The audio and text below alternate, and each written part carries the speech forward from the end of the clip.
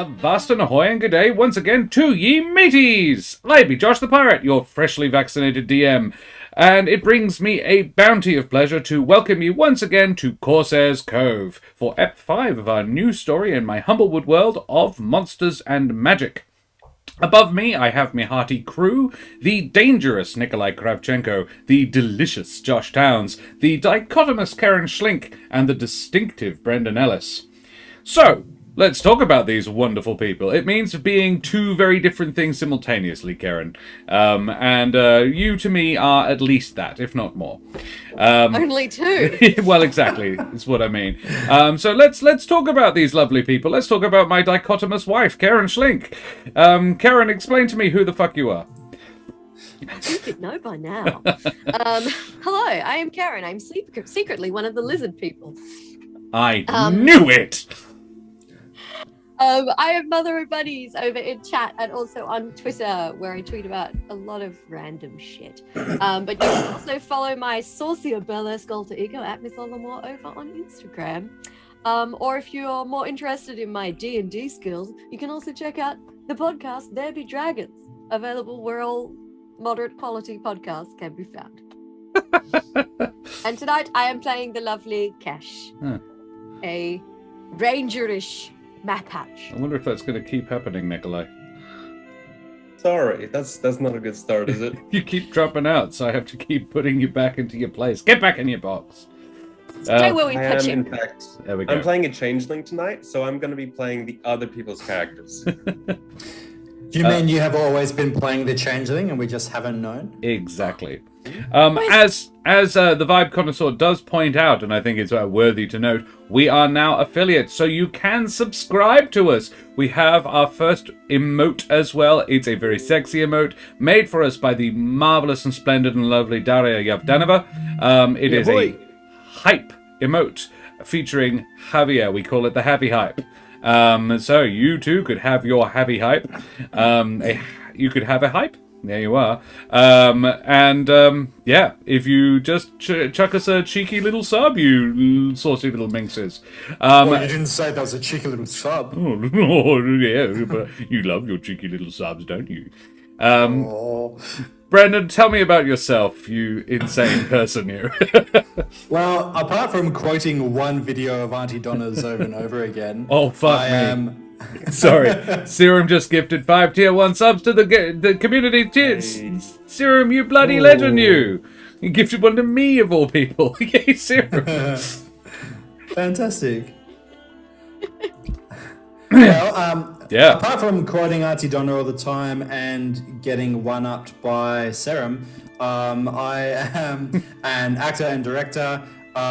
Just came back from a LARP, still sunburnt, so that's sick. Nice. I'm the artistic director of Perth Playback Theatre, and we're doing a fringe show, so keep an eye out for that. It is going to be bloody sick.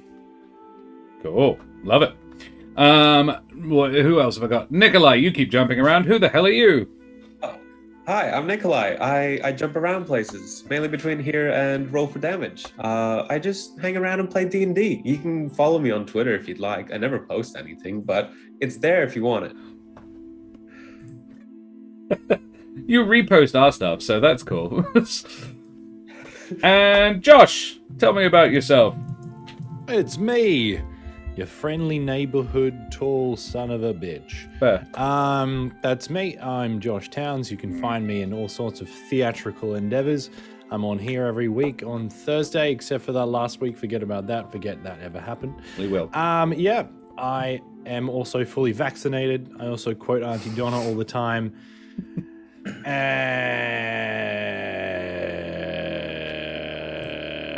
Anything else you'll find out in the next 3 hours. All right, so here we go. Here we go. Excellent. And I am Josh the Pirate, your host and DM and all of the things that I do here. You can, if you like my face and voice, you can find me over on Roll for Damage quite often. Monday nights for Humblewood, more of this world Humblewood. Wednesday night for One Shot Wednesday, because that's fun as well sometimes. And Saturday mornings where I'm the tech for the Scales Above TSA. Otherwise, I'm part of the There Be Dragons podcast, where I play the infamous and deadly pirate Sken Felspar, and I too will be coming to Fringe with Paparotica, with my dichotomous wife. I'm keeping that. It's going to stick. I must also remind our fluffy, hirsute, and possibly even a fashionably bearded audience to please like, follow, and subscribe to all the things. We have all the socials. I will put the link in chat. And you will be able to soon catch up on episodes you have missed on YouTube. I'll get to it, I promise. I'm very busy. Well, mateys. Can somebody do a recap of last week's session? One of the three of you were here, so that we Josh, don't have to. No, go ahead. All right, so No! I think it's my turn. I think I'm the one who hasn't done it, who was here last week. I've got to pay attention because it's my turn next week. Yeah, Yes, it is. All right. So we started our session by Javier getting a really bad sore throat. So he was suspiciously quiet throughout the events of the day. He occasionally interjected, but, you know, he was for the most part just kind of going in the corner. The rest of us who still had our voices had a chat about the fire that had taken up residence in the side of Eric's head. We established that it doesn't feel like an unnatural part of Eric. It feels nice and friendly. And we are perplexed by this, but not suspicious, I think. At least Kesh wasn't. Curious, but not suspicious. We sleep exceptionally well. We rolled for it and got 4 temporary hit points. You didn't roll for it, somebody else did. I feel like it might have been Spina. It might have been. Whoever rolled the 4, thank you. I Nice. appreciate it. And we set out to our next location of Crestmarch, which turned out I had completely misheard and had been calling the wrong name in my notes for 3 episodes. I found a bandit cache hidden in the woods, and I cheekily tried not to let Eric find it, but Arthur was like onto me and showed Eric where it was, which was very sweet of him, but I was trying to be coy. And so I got a fire resistance potion from the stash, which is pretty cool. I forgot some javelins, and because he's a champ, he left his sling and some ammunition in the cache for anyone else who needed to use it, which was good. Bring a penny, leave a penny. We had a bit of an interesting conversation about what would we do if the Wildwood Brigade was disbanded or left Alderheart. And me and Arthur were both like,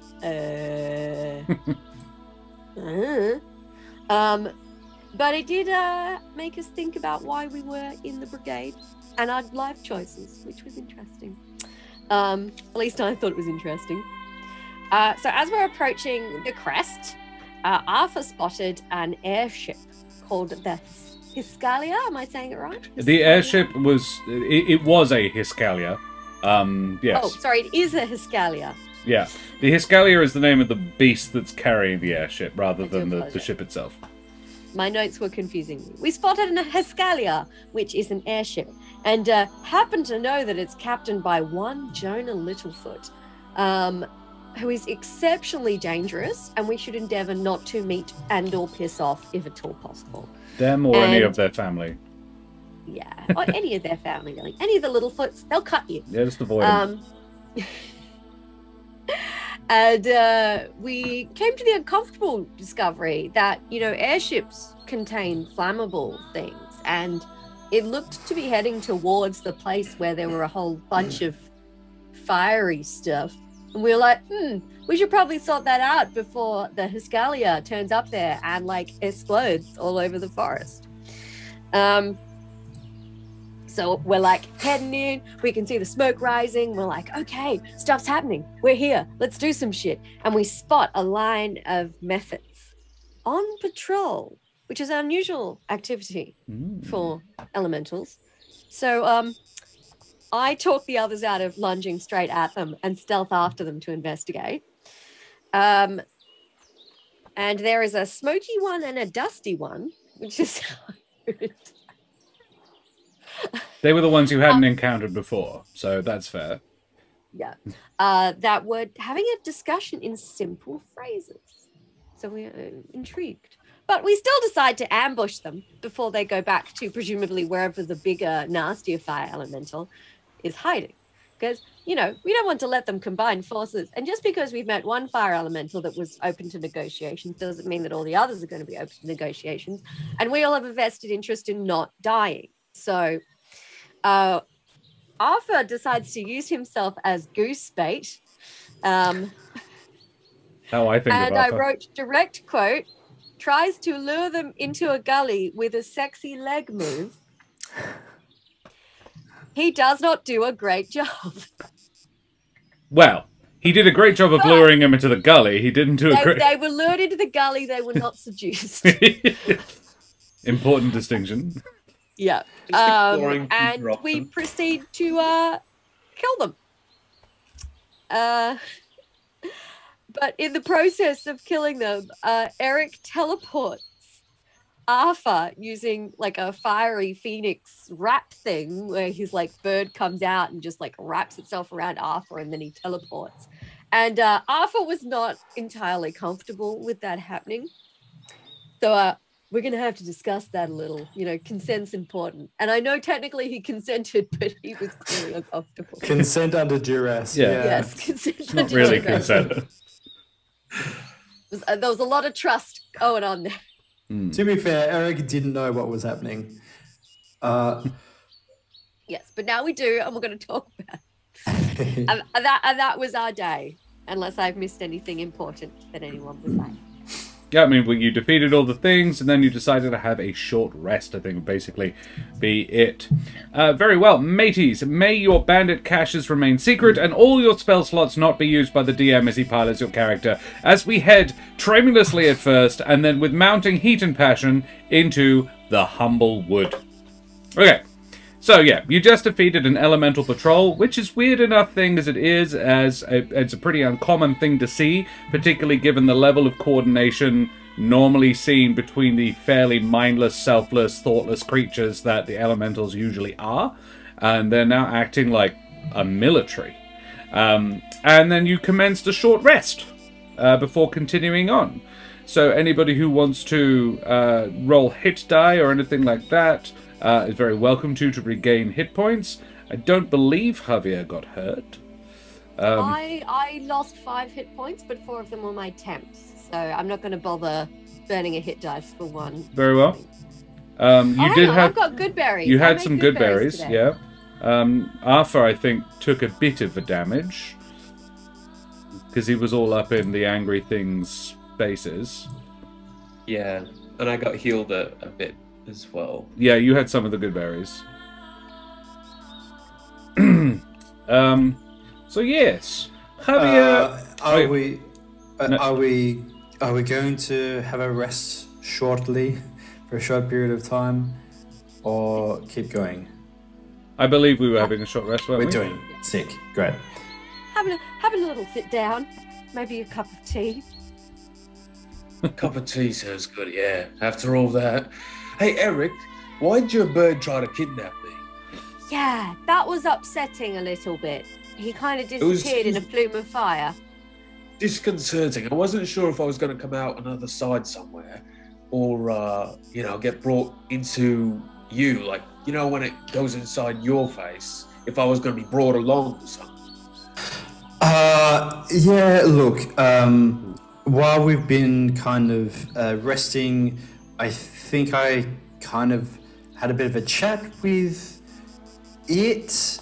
It didn't... I maybe wasn't specific enough in my direction. I told it to help us and to protect you. And that is how it did that. How did it feel? Are you okay? You don't seem scorched. Well, I've been literally almost burnt alive by one of the first fire elementals we fought, so everything has kind of changed in comparison. But it was alright. It was a bit tingly. Oh, no, I'm not going to ask any more clarifying questions. In what manner was it tingly? No. Well, no, you see,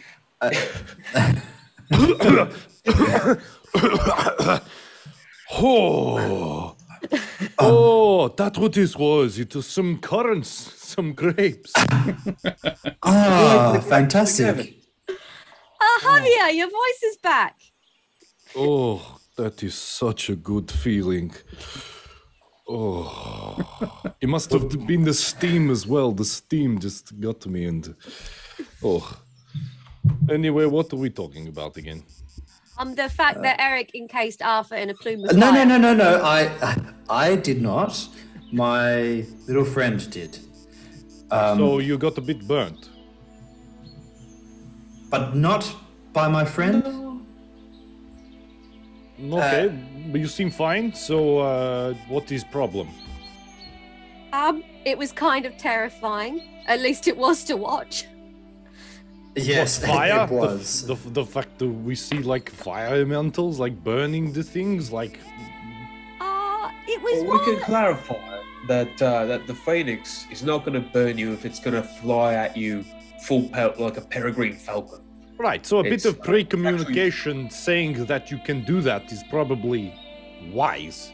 Well, now I know that I can. Look, I can shoot a flaming, spinning, radiant energy little pine cone in your face, and yes, I could not tell you, but it would be very poor form. Yes, I agree. So, I think this is forgivable. I hope so. Would you like me to not ask it to do this again, or?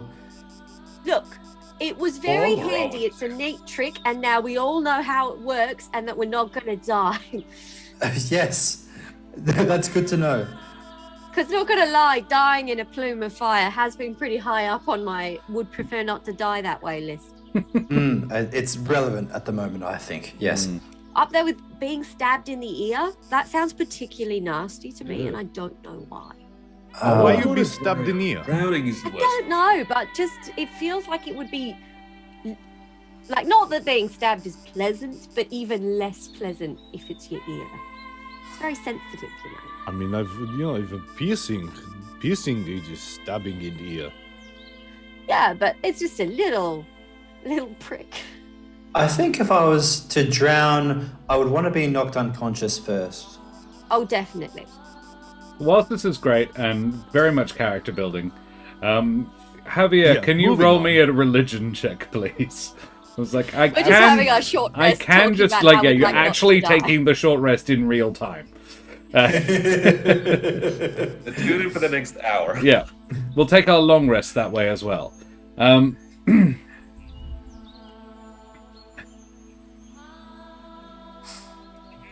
How'd we go? I got an 11. Not coming up on my thing. Oh, there it is. Why aren't you scrolling? Never mind. Alright, 11. Cool. Javier. About 10 minutes into your short rest, shortly after the conversation about how would be the best way to die ends, you get a sort of a shiver of something on the breeze. At first you think you can smell it, but it's actually more than that. It's more like you can sense it. What do you do? So I can sense something on the wind. Yes, it's about it's to the southeast, sort of a little bit of ways away from the, like heading away from the direction you're traveling in. So at the moment we were, did we see anything else? These were the patrols, right? Yes, you didn't see any other patrols. No, right. We didn't see any other patrols, but we were afraid of the big bad. Yeah, Potentially. You don't think you're near, like you wouldn't be having a short rest if you were near where the big bad is. Does this sensing feel like the same kind of like tingly? No. Oh, sorry. No, you carry on. What like what? Like like a detect good and evil kind of like, should I like A little try bit. and- It's more. It's definitely a magical sense that you're getting, but it's not an elementals kind Yeah, of sense okay. that you feel. So does it feel close? Like, does it feel... Yeah, it's within 120, 150 feet. It's not the direction the Hiscalia is it? No, it's not. The Hiscalia is very much northwest of you. This is to the southeast of you. What time is it? Probably 2 in the afternoon, 3 in the afternoon. Okay, so the Like that. sun's still up and all that jazz. Yeah. No, I think I said it yesterday. I think I said last time it was like morning. Yeah, so it's morning, like we're getting into Like the late like, morning. Afternoon, no, early morning tea or something. Anyway, recess. Maybe can I stand up and is it like can I see anything in that direction? Like, what do I see? You're in a gully, so it's sort of it's lightly forested. You're in a sort of wooded grove, gully sort of things, or like a shallow valley. You are in the foothills of the mountain. In fact, you're probably in the you're in the mountains now, and you're in a sort of a wooded gully in one of the mountains, and there's a slope up, and you can see not trees exactly, but a bushy a bunch of bushes that you feel that what you can sense is coming from. All right, well, I'm gonna head towards there, and I'm just gonna say, "Be right back. I need to take a whiz." Okay. Okay. Thanks for sharing. He goes about 60 feet away up the side of the gully and into some bushes that he could not feasibly hide in. So he's really just sort of waist deep in bushes at this point. Javier, I've never noticed him go to the toilet before. This is really... I hope he doesn't turn around and stare at us. Javier, you when you get there, you find a nest. The nest it's something quite large. Okay. Like it looks like a divot in the ground, so quite a big sort of scrape. Someone has scraped out about 3 feet deep sort of scratch. What's the word? Like what would a rabbit do, Karen? Like what's warren? Not a warren exactly, but like a scrape. A scrape. They call it a scrape. Male rabbits don't dig burrows. They just just clear off the topsoil and lie in Basically a ditch. They make a little dent for themselves. Yeah, to lie. this is a dent, but it's a dent that's about 3 feet deep. And it's sort of concealed in these bushes and lined with the carcasses of various things, often very quite old carcasses. But in there is a body. All right. The body of a young female servant. Oh shit. Okay. So I Not a child, like a young woman. the body. Can I tell if it's alive from here? You would have to have gotten fairly close to it to be able to see it. You are no more than 10 feet away from it, and yes. Okay. It's So it is quite well alive. considered. No, it's dead. It's very much dead. You would say probably a few days. Right. Okay. I'm gonna quickly, carefully inspect around. Do I notice any familiar markings, clothing, anything like that? On the body, or Yeah. make an All investigation check, and all around. Yep, sure, go for it. Investigation. -1 to investigation. Ooh, Wait, okay. guide myself. I gotta guide myself. Sure, you can do guidance. I'll allow it. How do I do guidance on here? Just roll a d4. Just roll a d4. Yeah. Hey. Hey, okay, that's a little bit better. So that comes out to 11. Yeah. So you've probably heard of, everybody who lives in the woods has heard of forest prowlers. Okay. They are big cats. They are one of the biggest predators in the Humblewood. Not a major threat. They probably, if you leave them alone, they leave you alone, particularly somebody of your stature. Yeah. And so it's actually quite unusual for them to take a person. particularly a servant woman as well. She's not a pronghorn. She's one of the slightly smaller breeds of servant, but she's still comfortably taller than Arthur or Eric, yeah, and healthy as from what would have been healthy right up until she died, from what you can tell. Her cause of death would be hard to tell at this point, but you do find on the body, you do find about 8 gold pieces in a purse. Don't know if you take them or not. Why not? Yeah, Okay. as you're looking for this through this, you turn around, and I'm just gonna where is it? You see something looking at you from the bushes. Right. If you have a look at the stream, it's popped up. This is a forest prowler. I see. Aha. Interesting. Okay. So, right. Does it look bigger than I would usually have seen? Is that... It's not bigger than you'd usually have seen, but it is a fairly large beast.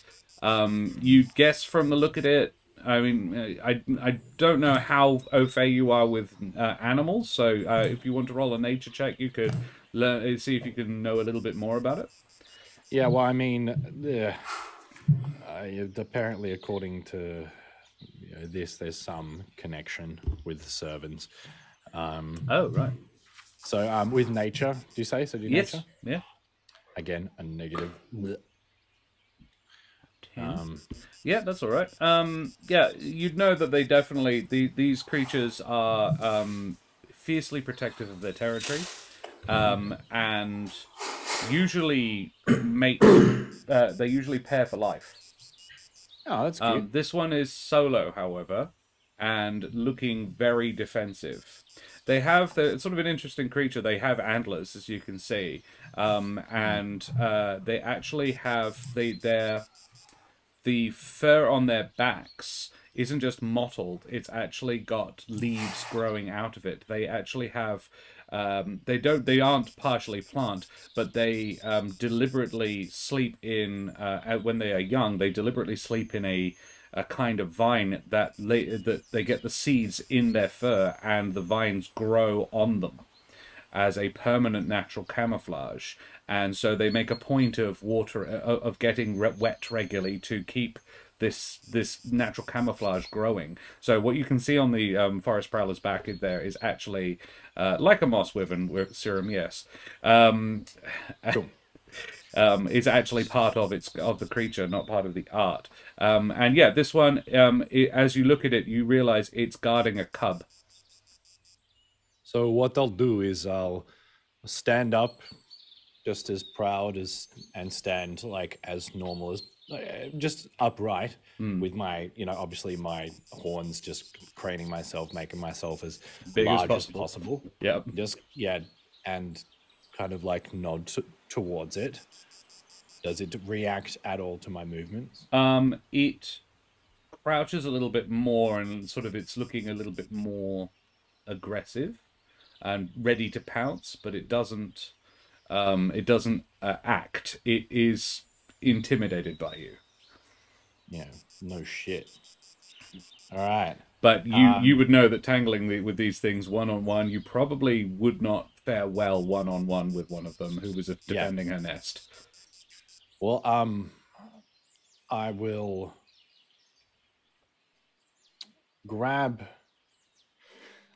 the currants that I spat out of my mouth and leave them on top. I literally like drop them from like not crouching down, just dropping them from a bike.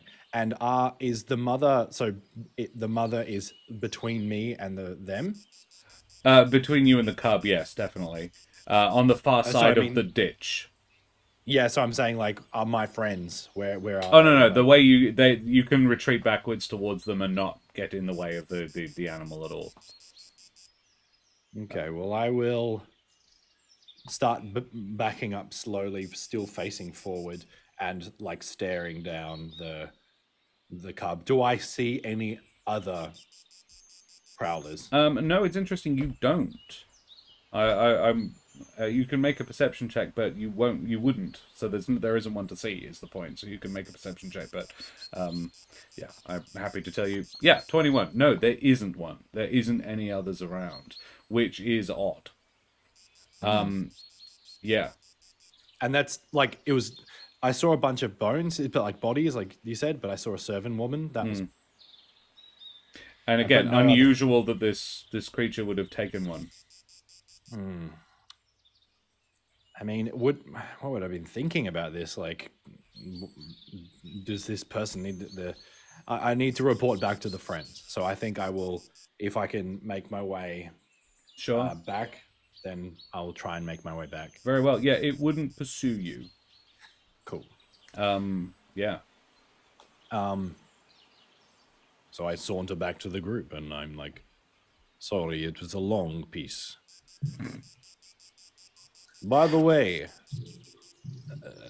what does anyone know about prowlers, like forest prowlers? I'm going to roll a nature check. Anybody can These- roll nature checks if you like. The species of beast or the descriptor of a person? I would say specifically the beast. You know, the cat-like little antlers, leaf on their back. I crit failed, so I know nothing. Eric knows too. quite a bit. With my 19, let me tell you. Kesh, know you would shouldn't piss Kesh, on the- you would the have dish. advantage. You're in your favored terrain. I am in my favored terrain. Well, I got a 10 that time. Okay. Yeah, Eric, you would know. Yeah, you would know a lot about forest prowlers. Depends what you want to know, and I'll tell you. Yeah, it's extremely unusual for one to be alone, particularly Well, I one mean, with a I haven't cub. told him shit yet. Yeah. Yeah. But I'll say, does anyone know? Who knows?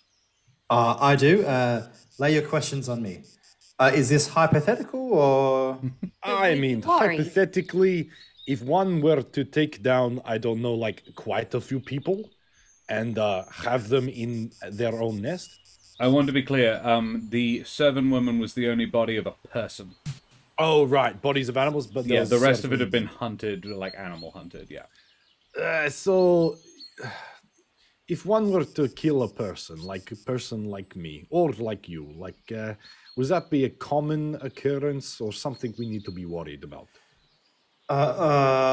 If it was threatened, feel free to correct me if I'm wrong, DM. But if it was threatened, or Definitely, if it was threatened. but probably not as like an instinct or not as a source of food. Certainly not here.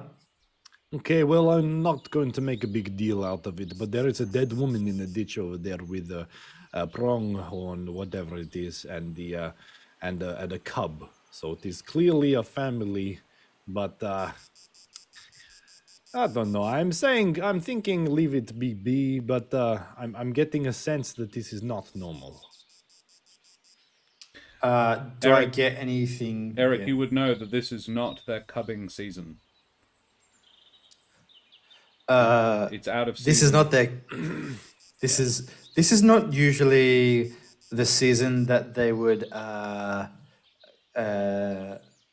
Make it the baby. Yes. It's unusual that there would be a cub so young around about now. All right, well, what do we do? I would do it myself, but I don't know. What season are we in? Just out of curiosity. It would be spring. Do they don't normally have babies in spring? Sorry, no, like sorry, it would be autumn. I apologize. Yeah, I was working out where it would be. Yeah. I'm like, spring, you know, the season famous for. No, well, like- the spring is where I figure spring is where they start getting about having the babies, and then late summer is where they actually produce the babies. Nah, they get preggers in the winter. and then- Okay, yeah, then it's definitely the time that they would normally be actually breeding. They've got a youngster. Yeah, they're about 6 months out. Yeah. Well, look, there is a perfectly good corpse there, and there's just this two. Like they could move on. They could move on. They'll be fine. Yeah, There's as long as we're careful when we're going in that direction, it might not be a problem. With the They four just of us, go I'm sure on it'll be with it. fine. We'll just make Arthur run at them full tilt with his mouth open. I'm an excellent distraction. Yeah, but is wanna- the this isn't a very populated area at the moment, so it's not like we should have to worry about anyone else. Although it does make me wonder why a woman was out here this far. Did Do it look you- fresh? what, the body? Mm. Yes. It was a few days. And I said, wait, it was untouched, kind of, was it? The body had been gnawed upon. Oh, okay. So it was slightly gnawed, little nibbles. It would not be an unfair assumption to make that the cat killed it, but not necessarily. It had been so damaged by the cat that something else could have killed it. Right. And the cat found it and brought it back. Eric, however, you would know that forest prowlers do not normally do the whole carrion thing. They not like to hunt their own food. They'll only do carrion in winter when they're desperate. Yes, they normally take pride in having their own kills. This is very strange.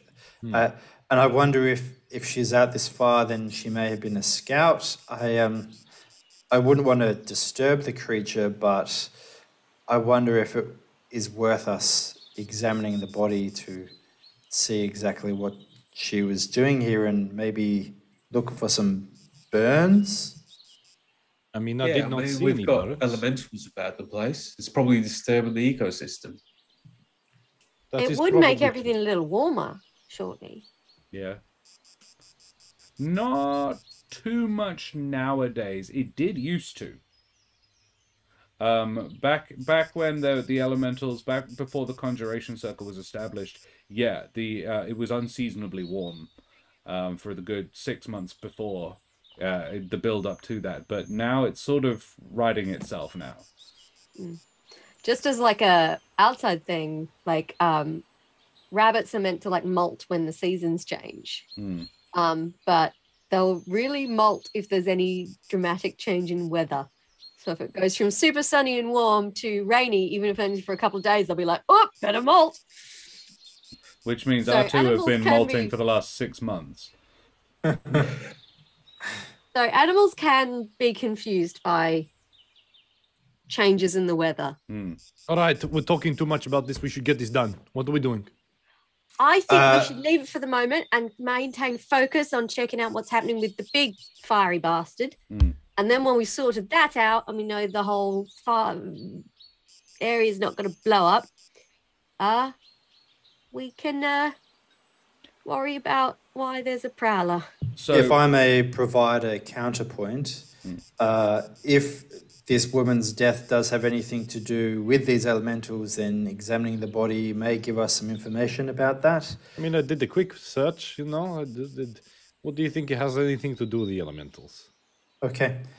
Then I leave it up to you. You're the one that saw the thing. If you agree with the chief, then maybe we move on. I say we keep going. We have bigger fish to fry. the only thing I would add to this, Eric, you would know, they mate for life.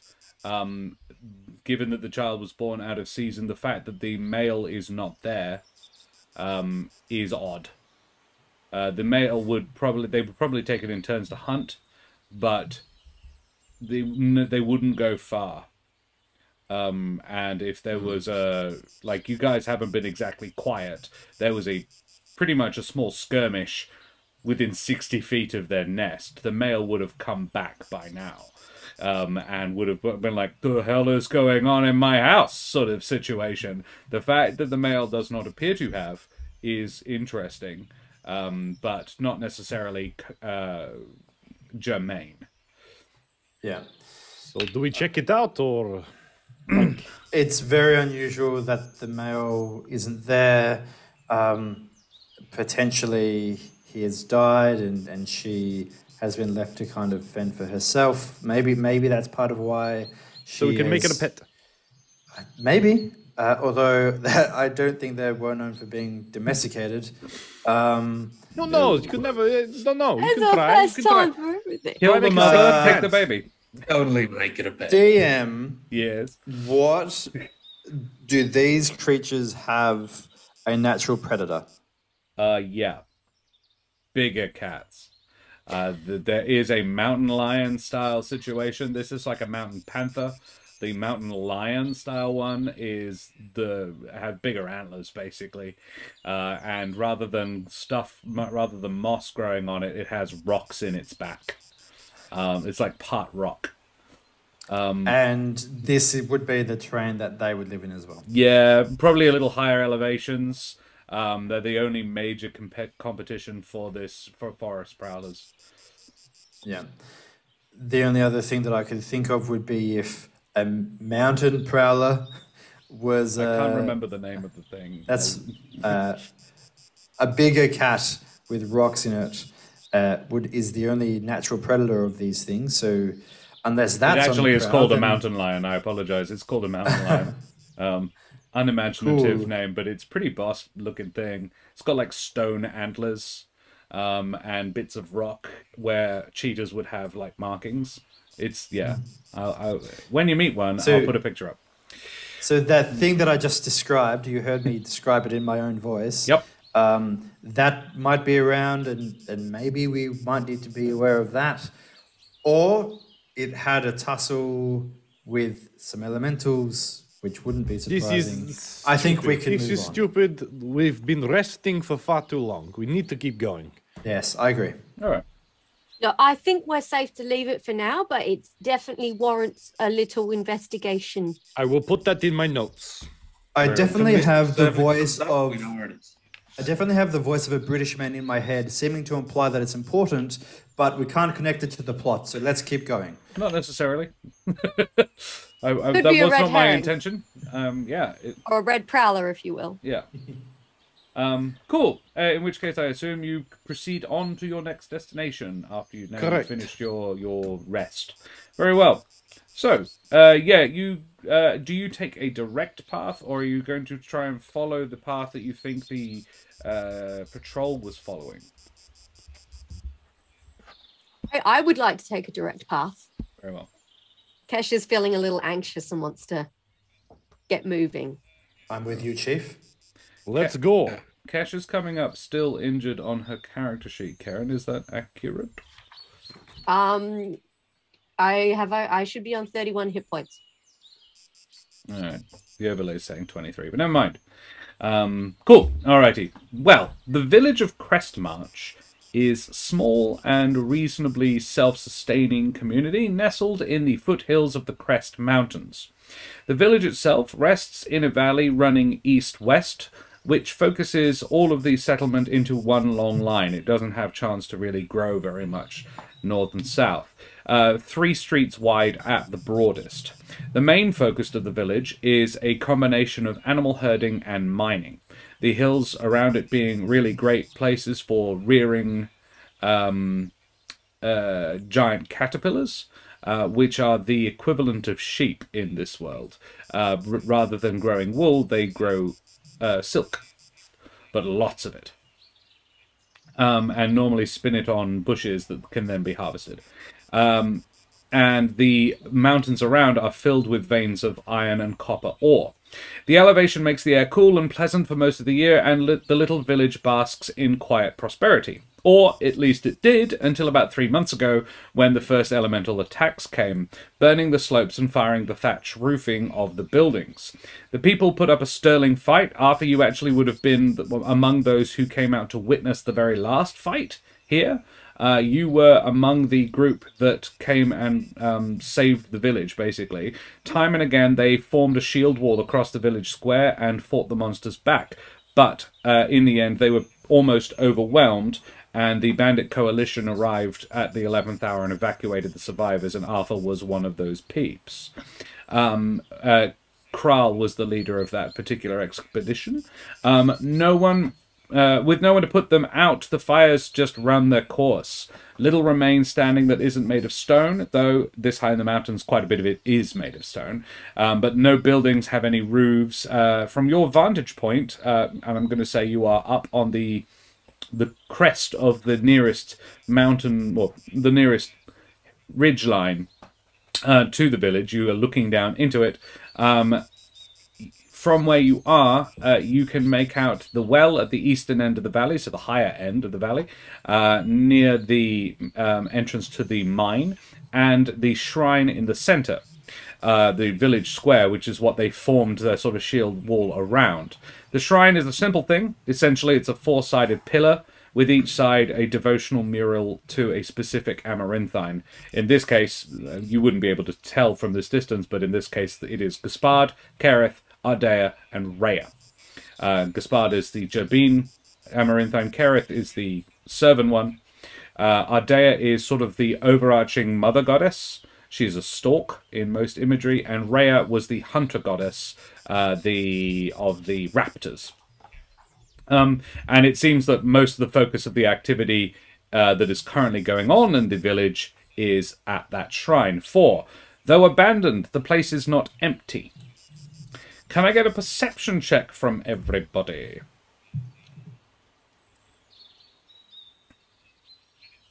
Ooh, that's funny.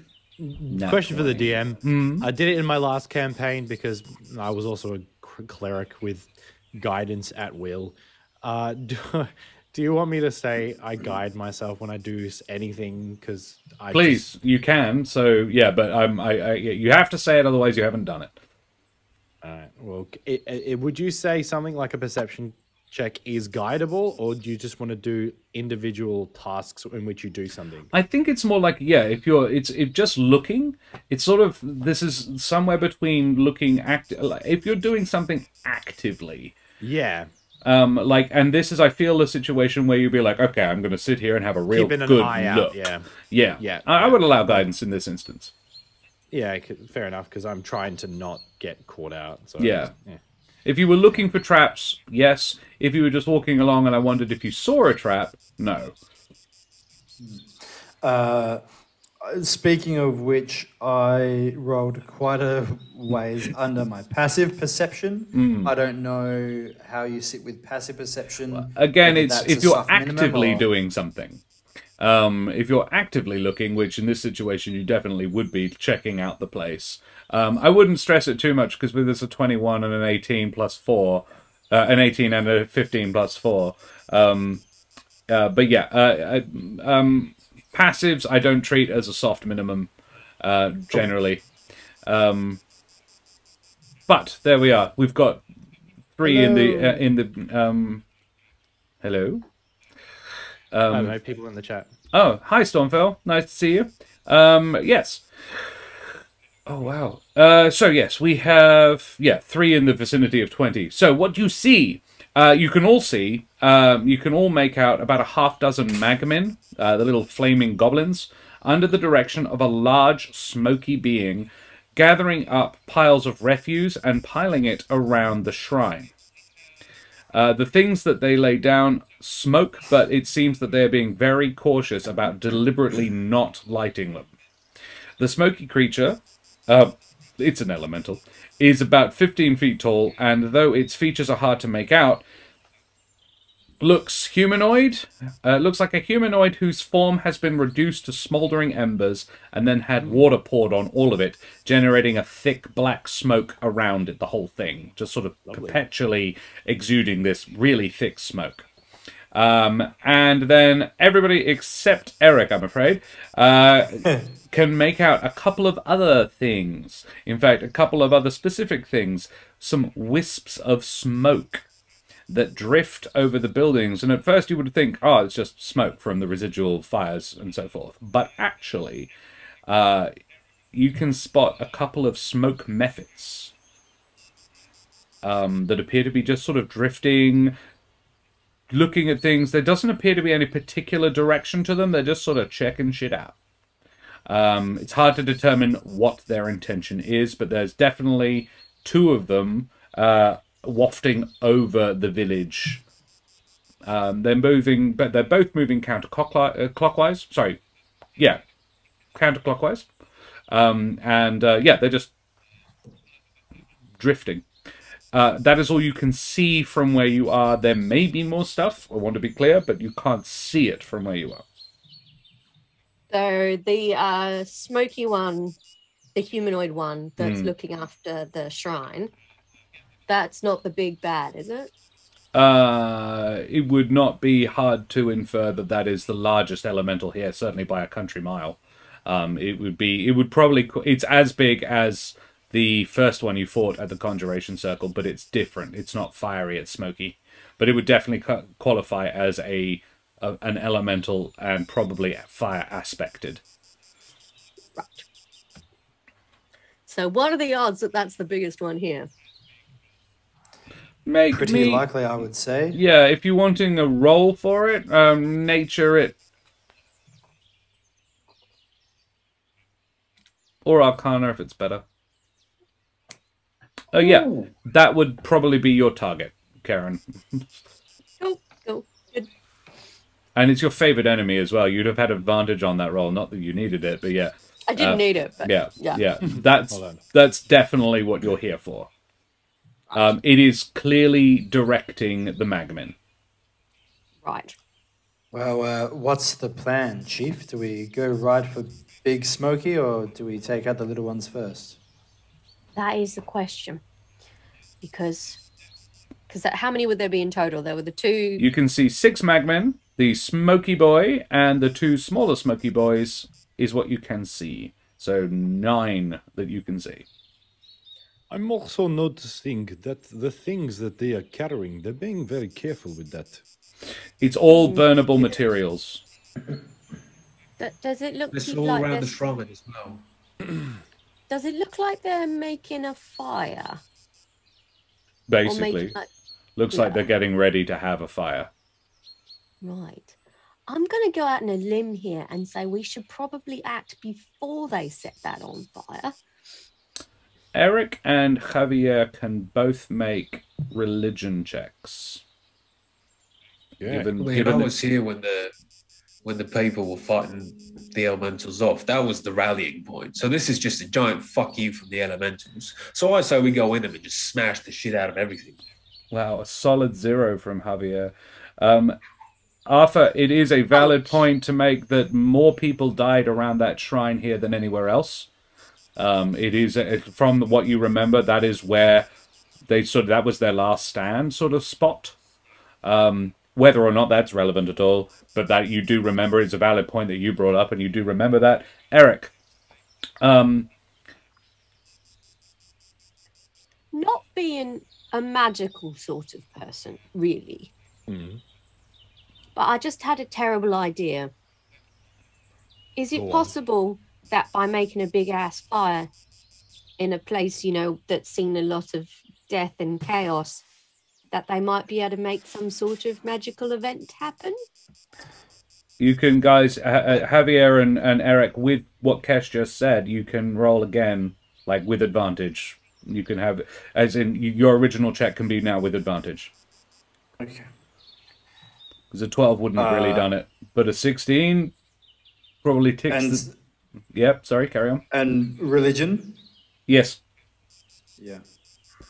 And to be clear, I don't know that. That's Karen. Yeah.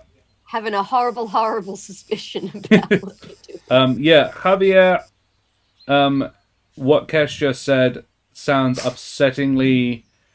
You take a good look through your cleric eyes, and you notice, you get the vibe that shrine has been desecrated. Or it's actually more that it's in the process of being desecrated. Slimy motherfuckers. Okay. And a big enough fire you don't know enough about elementals to be able to guess, but it sounds like a very solid idea from where you're coming from. I know a ritual when I see one. Yeah, basically. These things have found ways of punching holes into their own plane elsewhere. That may be what they're trying to do here. So time is on the essence. Yes. Does anyone have any area effect spells that are cold. I have Yes. rain. Oh, really? I humbly suggest that our first assault should be something of that nature over there. Because in my experience, if it's frozen, it's really hard to set on fire. I If can it's- set. Sorry. If it's I wet. can set rain. Yeah. Or if it's wet. I can put the rain in a big area or small area. Yes. Got a water. Either of those would probably be more appropriate than me. I'm more about throwing shards of ice that explode. I think that's a great idea, but do we start an ambush first, or do we open with getting things wet and then... I think open with the rain and use that to give ourselves the element of surprise. And then go straight for that group over there that's making the possible dangerous magical fire pit. The only problem is I have to be at least 30 feet away. Then I think we need to do some sneaking. Yeah. You can get to within about 30 feet of the shrine as long as you stay within the ruined buildings. The basically on either side of the central road up the center of the village, there would be a line of houses on either side, and then at some points there would be a second in the middle of the town. There was a second row of buildings, but not the full length. The full length of the village would come to about 400 feet, and there are 2 rows of buildings for about half of that all up. The trick is getting down. These 7 elementals there, do we think that these are the only ones in the town? That we can see, there might be more. Well, there are 9. Well, I don't know that. I failed my perception check. There are 9. Some methods sort of flying about the place. I could cause a distraction again. Yes, sounds good. This time make it sexier. Yeah, has anyone got a drum? I'm thinking maybe a drum could do I could set up on a corner. Oh, yes. Some sexy drum busking. I like it. Do we have I anything don't have we a can drum, make but I trap? got a pot. A pot will do, yeah. I can lead him away, and then you can get close enough to maybe disrupt the ritual.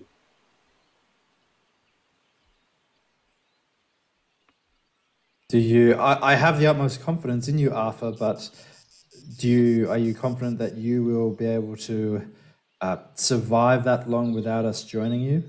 Arthur, I'm confident that I could run back to you before I die, yes.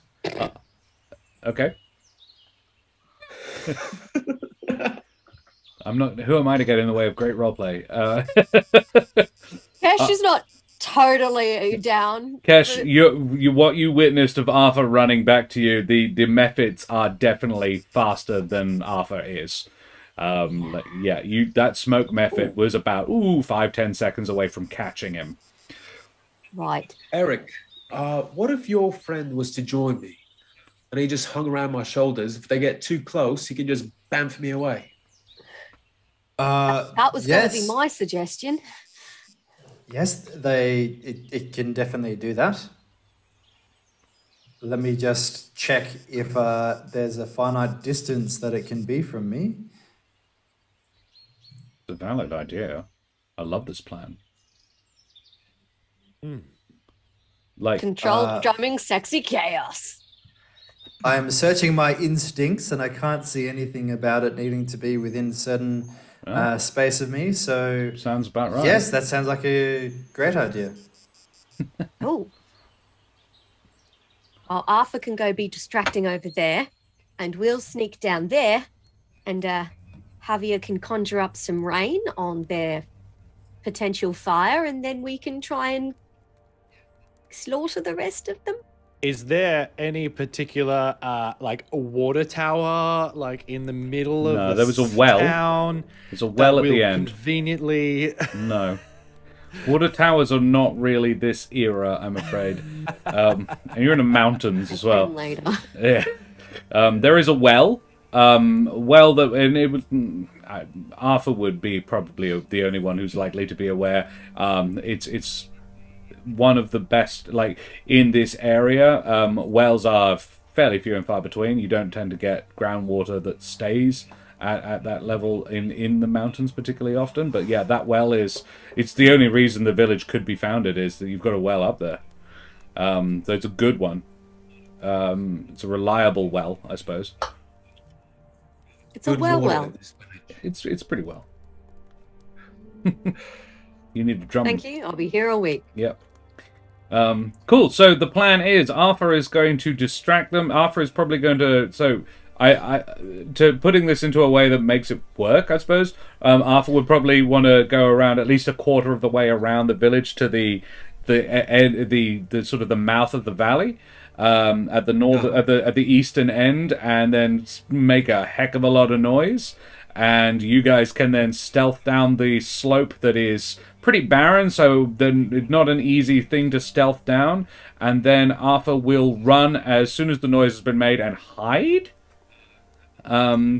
or just try and get back to the group, or lead them away. Yeah. I'll try to give him the slip. Okay. You could probably find, it might not be a bad idea to pre-prepare a hiding place. Yeah. If our Like a barrel. like a cardboard box. Yeah, with eye holes cut in it. Cardboard box, I like that. With fragile on it. Yeah. And Oh, this we way can- up, the wrong way. Yeah. I'm just wondering, Chief, what you think if we're going to have to sneak in from the other side. Javier, no offense, but all of this that you've got going on. All of what? I bang on your metal armor. Javier Yes. is the one who's going to be casting the rain spell, though. I had a thought that if we wait for Arthur to start the distraction and then we sneak down, it'll probably give us an advantage because they'll already be distracted and hopefully following Arthur away from the potential magical pit of doom. It's definitely worth. I think you would mechanically have advantage. Yeah. I think this is a good plan. Chief. I like it. Let's do it. And then, Major, I will Wait. lead that. but, okay, so we get there. I wet it. They're all wet. Then what? Then we try, if they try to kill us, we reciprocate. Okay, but are we focusing big guy first or divide and conquer? I feel if we kill the big one first, that might discourage, like, if you kill a big one, do all the little ones around it, like... No, they don't die. They would probably be... They're lacking leadership. But nevertheless, we cannot have our particularly vulnerable people like in the line of fire. So as much as Arthur running away is good, if we need him to fight us here, if the boss does not leave and only sends his minions. That's actually for the best, right? Yes, Take them off a Kill all few the at a minions. time. Yeah. Chief, let me know if you don't like this idea, but you don't need me for this approach to the shrine, right? I'm not going to help to get it wet. Maybe I should go with Arthur. We can distract, remove some of the minions, and I can help him to kill a bunch at the same time. And then once we do that, we can rejoin you. With the fiery poof transport thing. Yes. That's Yes. a good idea. Yeah. Okay, so then we should huddle together, me and you, Kesh. I think that sounds like a plan. We stay alive until they can regroup, and then fire and death, or rain and death, hopefully. Less fire and death. Yes, Okay. not And- fire and death. Arthur, you and I, we can find one of these buildings or somewhere for me to hide. You make a distraction, lead them there, somewhere out of the way. Then I can prepare to surprise them, and then the two of us take care of the rest. Sounds like a plan. And then rejoin our friends. Love it. I love everything about this. This is cool. Yeah. We have an actual strategy. I'm just really excited about one element that you haven't thought of, but let's go for it. So, you guys are going to enact your plan. I'm going to cue some different music. In fact, this is very appropriate. So, Arthur, you sneak around to the head of the village. You set off the. Well, that's a little bit too much. We don't need the roars, I don't think. Arthur and I will find like a burnt out house or something first that I will hide in. We'll find like a little ambush spot. Yeah, and Arthur's been in the village before, so he's just gonna find a familiar place. Very well. I will put on some drumming music. There we go. I've got the pot, and I'm gonna use my mess kit to make like a little drum kit. I love it. You've got the big pot. I give you the pot. I'm like, good luck. I believe in you, Arthur. So, Cash. And your terrifying tongue teeth. Arthur, can I get a performance check from you? Cash, can I get Cash and Javier stealth checks with advantage, please? I believe Javier, if you're wearing chainmail, aren't you? So it's just straight. It's not with advantage. 2. 15 down to 13. But Cash's was an 18. And Arthur. What about that whole gardens thing? You definitely could have guidance that. It's fine. It could have been But just sneaking down, I can just hear Javier making tons clank, of noise. clank, clank, clank. Well, you make that doubles it. Doubles. Yeah. Nice. So, yeah.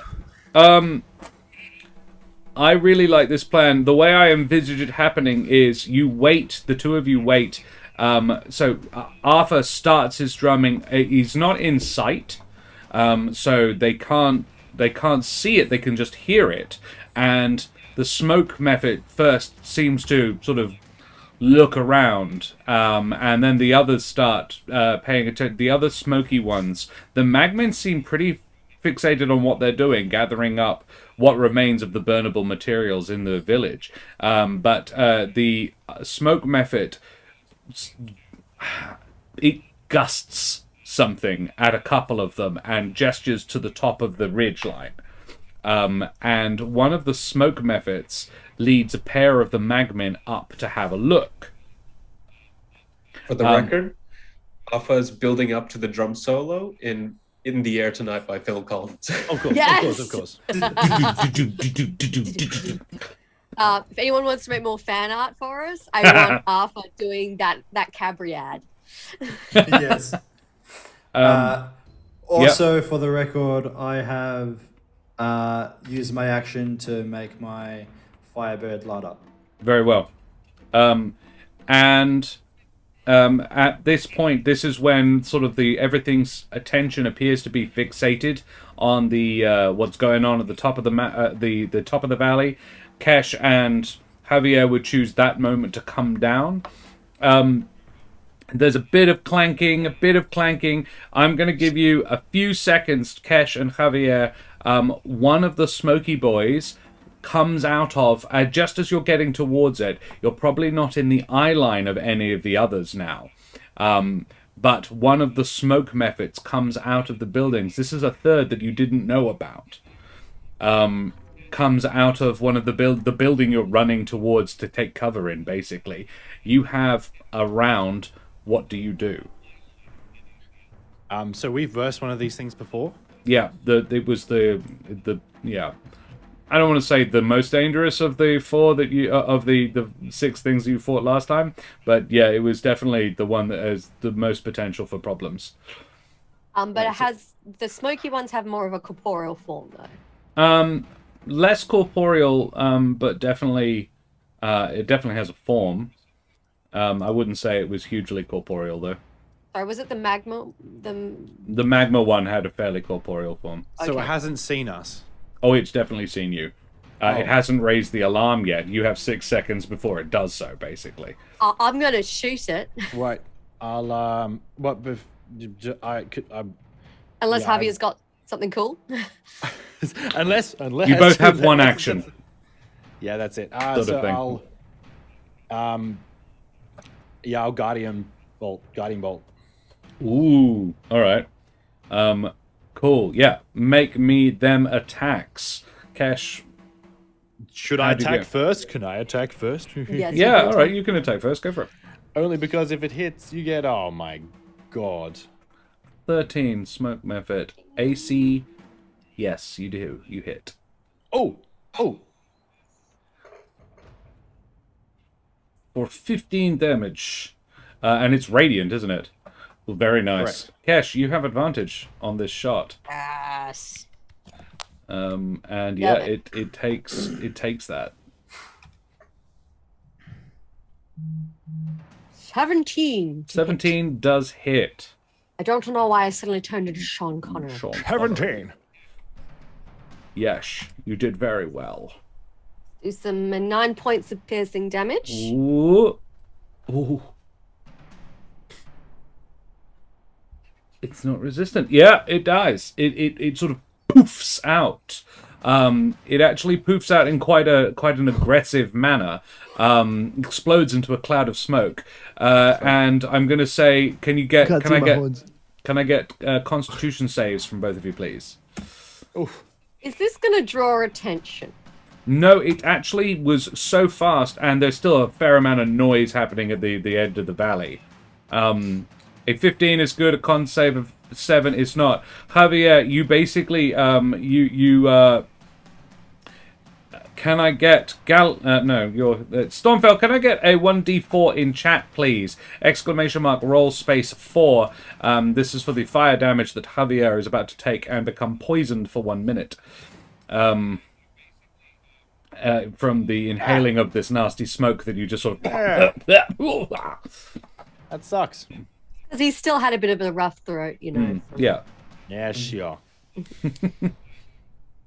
If Stormy is not still here, then I'll get Omi to do it instead. Whichever one happens first. I'm not fussed. And so, yeah, but you do make it to the buildings. Arthur, there are... You might... I presume you're probably, like just drumming and just checking, making sure. Yeah, there are 3... the 2 magmins and a smoke method coming towards you. Making their way pretty rapidly up the valley. Arthur, where are you in relation? Sorry, Eric, where are you in relation to Arthur? I am waiting in the ambush point that we had previously designated. Mm-hmm. However, I think that as these elementals are coming up to Arthur, these fiery wings are going to burst from behind Arthur as the Firebird is there, ready to whisk him away. Very well. You do that. It is there. Arthur, they are probably... They crest the ridge, and they can now make eyes on you. Would you let them get that close? There's probably about 60 feet away from you. You're still drumming frantically with a maniacal grin on your beak. The drum solo ain't over, so Arthur's just lost in the music for the moment. And he's gonna just let it go until like the very last second before allowing the Phoenix to whisk him away. Oh, all right. He's waiting for the Firebird. Phoenix. The Firebird is waiting for the timing, and then we'll do a big fiery exploding teleport. Okay, let's say, because it's fun, the drum solo reaches its peak when they are within 15 feet of Arthur. So just the bird is like, shall we? Oh, fuck it, I'm doing it, and takes you. And yeah, Arthur, you blamf out of there. How far can the teleport take you, Eric? 15 feet. Okay, so you are 15. Like, you're only 30 feet away from them now, but you are now in your designated hiding spot. Okay, yeah. Or, like, going towards it. So I'm just going to, lead it into the little hiding spot, because it's like more of an ambush zone for both of us to lie into them. Very well. And just, lead into there. Yep, meet up with Eric and get ready to whack. The smoke method is leading the way, and there are 2 magmin coming in behind it. The magmin are probably 15 feet behind the smoke method as they enter your little ambush guard zone, your kill box. What do you do? I'm going to say you get a surprise round before they really get anything they can do. Awesome. Ice knife. Ice knife. Rage. Very well. I will say Eric goes first because Arthur is running. Arthur can rage while he's running. Absolutely. Rage running. And yeah, Ice Knife. Roll to hit the smoke method. Is that what you're aiming at? Or the magmins? The magmin are 15, 20 feet behind the smoke method. I think the magman. Okay. I want to get a group. Yeah, sure. You do that. Make an attack roll, please. 15. 15? Does. Pretty confident. Yep. Just, but does, yes. For 9. Oof. Very nice. The first 9 one... piercing? The first one explodes. Oh no, it's piercing, but it's magical piercing, isn't it? Yes. Yeah, it explodes. It goes off in a flaming burst. Yeah, 9 hit points is the magic number. And then the second one takes some icy damage. They're immune to fire damage, so it doesn't hurt its buddy. Yeah. But how many? Ooh. 4. It's not but, grand. it needs to make a dex save. It does need to make. Thank you. Good point. Yes. It shall make a dex save. 12 plus 2, 14. That's the DC. Right. So it doesn't take it. No. It's probably the explosion cancels out. The fiery explosion cancels out the icy explosion, I imagine. Yes. So it really just doesn't happen. Yeah. Nobody rolled. So 3. Javier, you took 3 fire damage from inhaling that poisonous, nasty smoke. Already added the poisoned condition. Marvelous.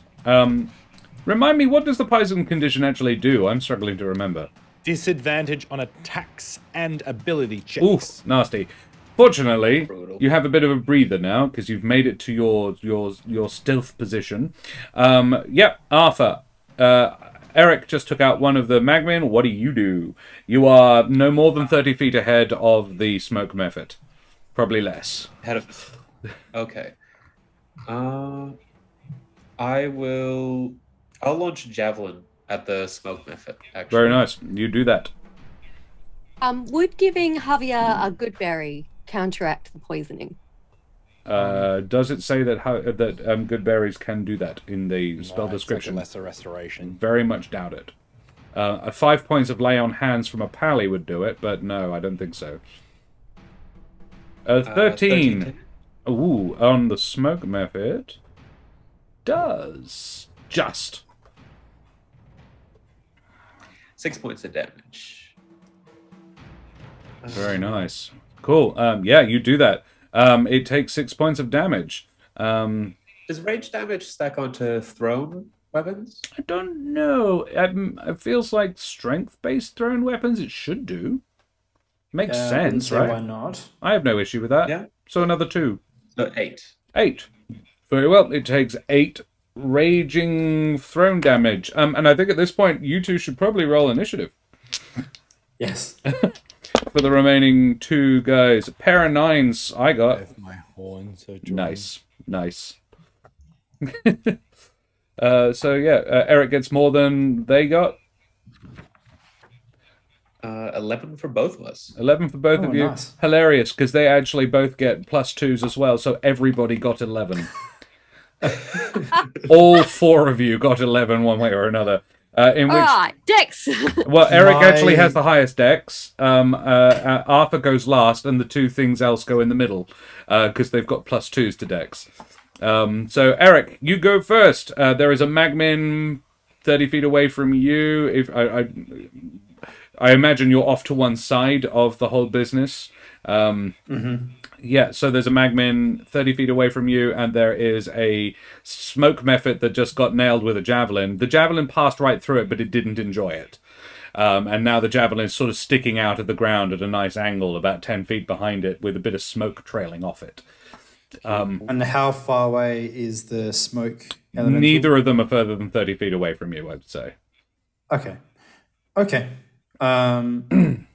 I am going to run up to the Smokey Boy, and I'm going to, as I did last time when something got close to me, I'm going to get my talons out, and they're going to start to drip with acid, and I'm going to cast Primal Savagery at it. Yeah, boy.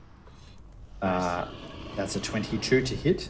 22. Very nice. Yeah, it does. Yeah. Roll that And that's damage. four Four acid damage. acid damage. Very nice. Yeah, it takes 4 acid damage and growls at you. So, yeah, it sort of inhales like what you did to it was unpleasant. At which point it retaliates by casting Ember Storm on itself. Please make... Sorry, is this a reaction or is this? Oh, its this turn I now? do apologize. If you've got more, I'm assuming it's its turn now. I do, because I'm going to use my bonus action to give my spirit, my firebird, another go. And it is going to try to attack with its flame seed. In fact, am I adjacent to just the Smokey Boy or to the other one as well? The other one is about 15-20 feet behind the Smokey Boy. Okay. Yep, that's fine. I'm going to take it. So the wildfire spirit is going to flame seed the Smoke is it method? Magman? Oh, the Magman. The Magman Yes. is probably about 45 feet away from your... Because your boy is hanging out on Arthur's shoulders, isn't it? Yep. Yeah. It's a ranged attack. It's 60 feet Oh, okay. range. Excellent. You do that. Yep, great. I do that. For an 8, plus numbers. I very much doubt plus- it. No, a 10. No. Yeah, no. And it's fire damage, isn't it? Yes. Yeah, it was immune anyway. Oh, okay. Cool. Yeah, cool. All right, the smoke method sort of rumbles in itself like a small volcano is about to explode, and then it looks up to the sky, and this storm, this basically a small cloud of white hot embers drops from a cloud that forms above this creature. Please make me a dexterity saving throw, Eric. Sure. They can rain down fire now, huh? It did. One of them did it the first time you met one. Does a 22 do it? Yeah, you squeeze on. You just squeeze over the DC. You take half of 11 fire damage. So 5. Okay. I take that. Yeah, and that's its turn, and it sort of growls at you. I growl back and chuckles as it actually seems to have enjoyed what it did. Like, it looks a little bit. It looks like it liked the sensation of the really hot stuff falling on it. The Magmin, on the other hand, is going to run up to you, and these look like. In better circumstances, these guys are really just around for a good time, and it sort of gambles up to you, and it's going to make a scratch attack at you, Eric, because it can't get to the barbarian. So it's going to attack you with its claws. It does a 14 hit you. Let me double check. Nope. It's Shield, baby. Very well. Its bamboozle is... Oh, thank you. It's very nice of you, but I think we're good. Ban that one. Cool, yeah. It doesn't hit you. Next, it's Arthur's turn. Arthur's just going to run up to be like shoulder to shoulder with Eric and just wail on the smoke method with his maul. Very well. You do that. Recklessly. A 9 doesn't. Or a 12. A 12 on the smoke method Ease. does hit. Equals beats. 13 plus 2, 15 points of damage. And it gets pushed back 5 feet. 13 plus... This is non-magical... Oh, it doesn't matter. Yeah, it does get pushed back 5 feet. Which is good because it explodes. It explodes in the manner of the one that made Javier very sick, but neither of you are within 5 feet of it, so that's not a problem. It explodes, and now the Magman is just there, like, glaring at you. And I believe we are back to the top of the order. It's Eric. Unless you have Acidic anything. talons, baby. Yeah, you do. Unless Arthur, you have anything else to add? Just the brumps on the drum set. Which you are now carrying around under one arm with your hammer in the other. Yeah. Okay. It's like a one-man band kind of situation. Yes. As you run, it's like you've got cymbals between your legs. Ting, ting, ting, ting. Smack it with the hammer, which you've been banging against the pot up till now. I love it. Yeah, make me that attack roll, Eric. Ooh. That doesn't, I'm afraid. It dodges nimbly underneath your grasping talons and hisses at you. And this is fine. This is fine. I'm gonna move out of the way so Arthur has a clear line. Very well. And Third is going to bother it and grant the help action. The help action. Are you leaving a threat, basically, or are you remaining within? No, I'm just kind of pivoting around it. Very well. Okay. You do that. It is going to. It still doesn't like that you killed its friend. Both of its friends, and it's going to try for you again. But I'm pretty confident an 8 isn't going to hit you, Arthur, or Eric. So yeah, it doesn't. Again, it sort of swipes at you, and it's getting quite confused and a bit frustrated, and it's being bothered by a phoenix. Arthur, it's your turn. You have advantage. Another bonk with the hammer. Okay, a 2 or. Or. 14. 14 does hit. All right, that is. It should have attacked Arthur. It would have had advantage. Never mind. Would've. 10 does. Plus 2. 12 points of damage. 12.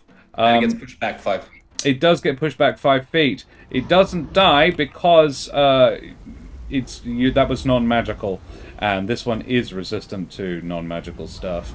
But it didn't enjoy it at all, and it now glares at you. It's like, oh, all right, I'm having you. And it's back to Eric. Same thing again. Scratch it. You have to move 5 feet closer. You do that. I yeah. do that. Don't. Oh dear. It does not. You don't. It bothers it again. Very well. You claw helplessly at the air. They're just scratching at each other. It finally got a 22 to hit you, Eric. Oof. Oof. No. Yeah, there we go. For 2d6s. And you know what I managed to roll? A 3 and a 1. So you take... all up, you take... Oh, right, yeah. 2d6 fire damage plus 2. So you take 6 fire damage. And you become on fire. You ignite. Because it says if your target is a creature or a flammable object, and you definitely qualify as at least one of those things, you ignite. And It was just growing those feathers back. Oh no! This is the dog surrounded by fire, man. This is fine. You have yet to take the fire damage, but on your turn you will. And Arthur, it's your turn. Another big old bonk. Bonk him. Rush towards it, uppercut You have with the mole. advantage. Either a 13 or 21 hits. 21. You are going to struggle to not kill it. So yeah, you do that, and I assume you drive it back from you 5 feet. Drive it back 5 feet and immediately take off my flap cap and start batting out the flames on Eric. Oh yeah, you know what's fun? A death burst. When the magma dies, it explodes in a burst of fire and magma. Each creature within 10 feet of it must make a DC... I'm not reading you the DC, but dexterity saving throw. Dex save, please. Dex save. Have I got advantage yet? No, I don't think so. 15. Think wet no, I do. thoughts. Cool. That's good. Oh, now 20. Yeah, you both pass it, so you take 3 damage apiece, 3 fire damage apiece, and again, you are both now ignited. You're both a bit on fire, but the things that were chasing you are dead. Well done, and I'll switch back to just the lifeless, scorched grove. The ambush worked. You guys, I'm going to say, now that you're out of combat, I will get Spina. Can you roll me a d6 in chat, please? And this will be the amount of damage you take as you manage to put the fire out. Oh, Spina's going away. Nice to see you, Spina. Thank you very much. Omi, a d6 in chat. Whoever does it first. Either one. I don't care who. We're going to take a short breaklet, guys. We've been streaming for a little while now. And we will be back to resolve the rest of this situation in a little minute. But thanks for hanging out. Hope you're having fun. This has been a good plan. I love it when a plan actually fucking works. And we're there already so far. Let's see. A 2. You take 2 fire damage. It's so unusual for a D&D crew to actually follow the plan that they come up with. Let's see how they haven't organized like how they're going to regroup, which is what they forgot to... Regrouping's easy. They just run to where they can hear us screaming in pain, you know. Yeah, 2's not bad. Thanks very much, Omi. Good job. Great. So, we will go away. We'll be back very shortly. Stick around, guys. See you soon. Bye-bye. Bye!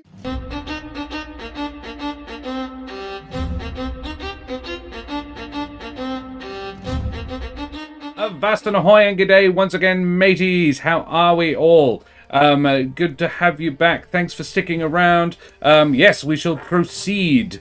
While we were away, we did discuss that Eric is going to be doing a little bit of healing, mostly on himself, but a single point to Arthur as well. Because Eric took a little bit more banging up there than Arthur did, and Arthur can take a bit of banging up. Cool.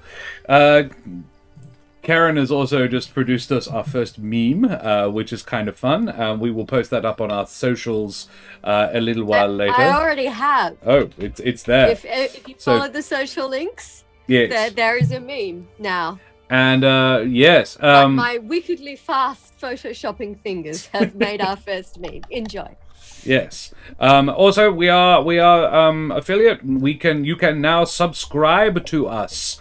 Subscribe. And we get ridiculously overexcited when you do. We do. We very, very much do. You're very welcome, Omi. You've always been an amazing supporter of our work. So yeah, you are totally welcome. Cool.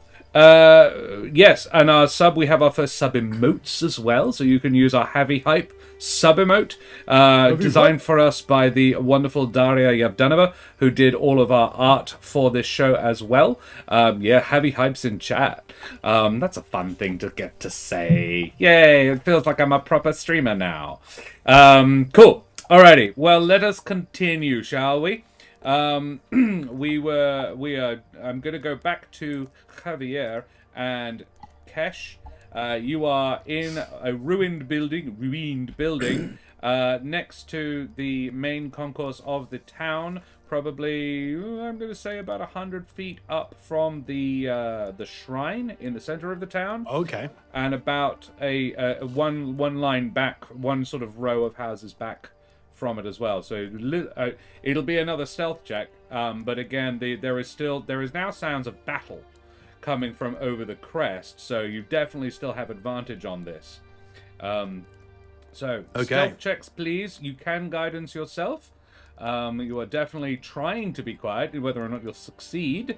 Am I still getting advantage on stealth? Now we're in the village. They sound a tad on the low end. Can we? I'll pump it back up. There we are. You do get advantage, yes, Kesh. Yeah.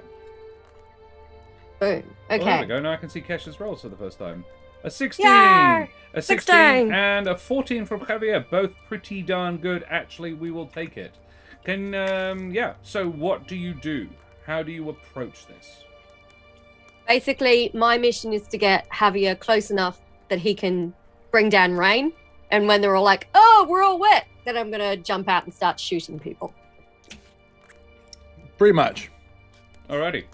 So you stealth between the buildings. You are like timing the gaps between your jumping across the gaps between buildings and dodging your way, weaving your way through things. You do catch sight of this the big smoke boy before a couple of times, but never that it sees you. Its attention is very much on the potential deaths of its minions, and it seems concerned, but not about you. Okay. So, I want to get to where... so how... Like, the... should we try and soak them, or the shrine, or the... Like, the extinguish... The flammable stuff, right? I will remind you that, I think it was Arthur threw water, or somebody created water. I did that. Yeah, well, then this is particularly relevant to you. At the fire one, at the first one you fought, and it did not like it at all. Correct. But wasn't... Sorry, like, what was a wasn't our lot plan? of water. That was like I think it was 10 gallons of water, wasn't it? Yeah. But rather than rain. But our mission is to... wet the wood. Yeah, wet the wood. Is it just wood, or is it like... It's a pile of detritus, so some roof timbers, some furniture, some bits of hay and thatch that they've gathered up from various places. Definitely that hay and thatch, like the stuff that would definitely be like, like really quickly. Yeah. How much of an area would that be? The whole area around the shrine is only about 15 feet sort of circle, a 15-foot diameter. There you are. Like a cube. Like if it was a square, like 15 foot to 15. 15 foot, yeah. Oh, easy. How much of an area can you get? Because the 30. The smoke method probably isn't in range if you're wanting to wet the whole thing. Yeah, but it's one of those things like I wanted to wet just the wood. I don't really. You don't care about the smoke method. Cool. In which case, you can totally cast a very now. Yes. What do you reckon? Would I know if 10 gallons or 20 gallons would be, like, enough? Oh, to put out the... Or to at least, I think you would be probably erring on the side of caution. Of course. So, if I thought you had a spell specifically for rain. I do. Oh, okay. Which is create or destroy water. Oh, okay, right. And you can but create... one of those effects is rain, if you want. Yeah, it says you the water falls, so you create up to 10 gallons of clean water within range. Otherwise, the water falls as rain in a 30-foot cube. Right. Yeah, in which case, I think you would probably err on the side of caution. As much water is, the more water, the better would be what I would say. Yeah, so I would do the second level casting of that. You do that. And does it have any verbal components? Yes, it does. What does it sound like? Cash.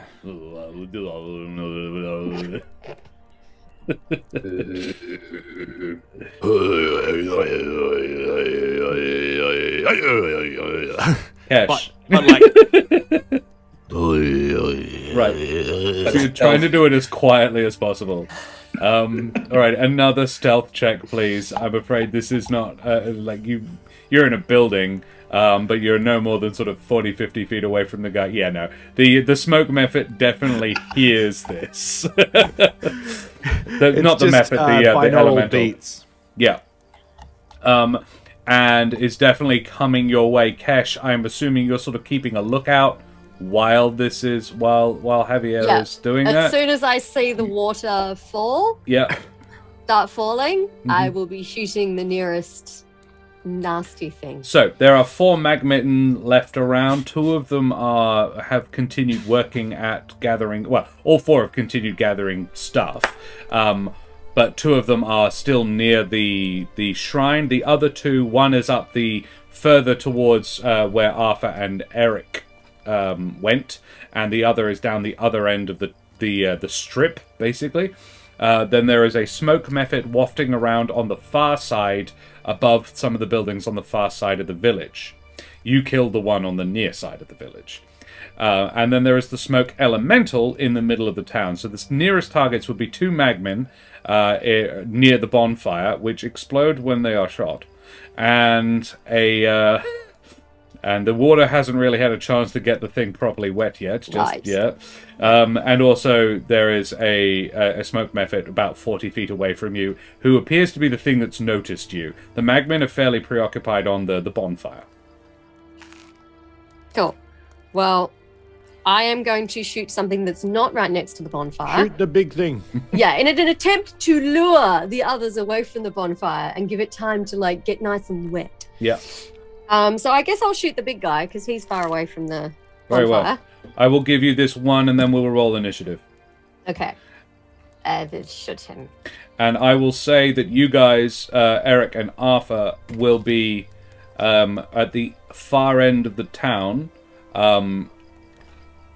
When you basically you would be making your way back towards it straight away, so you will be 200 feet away when we roll initiative. Okay. All right.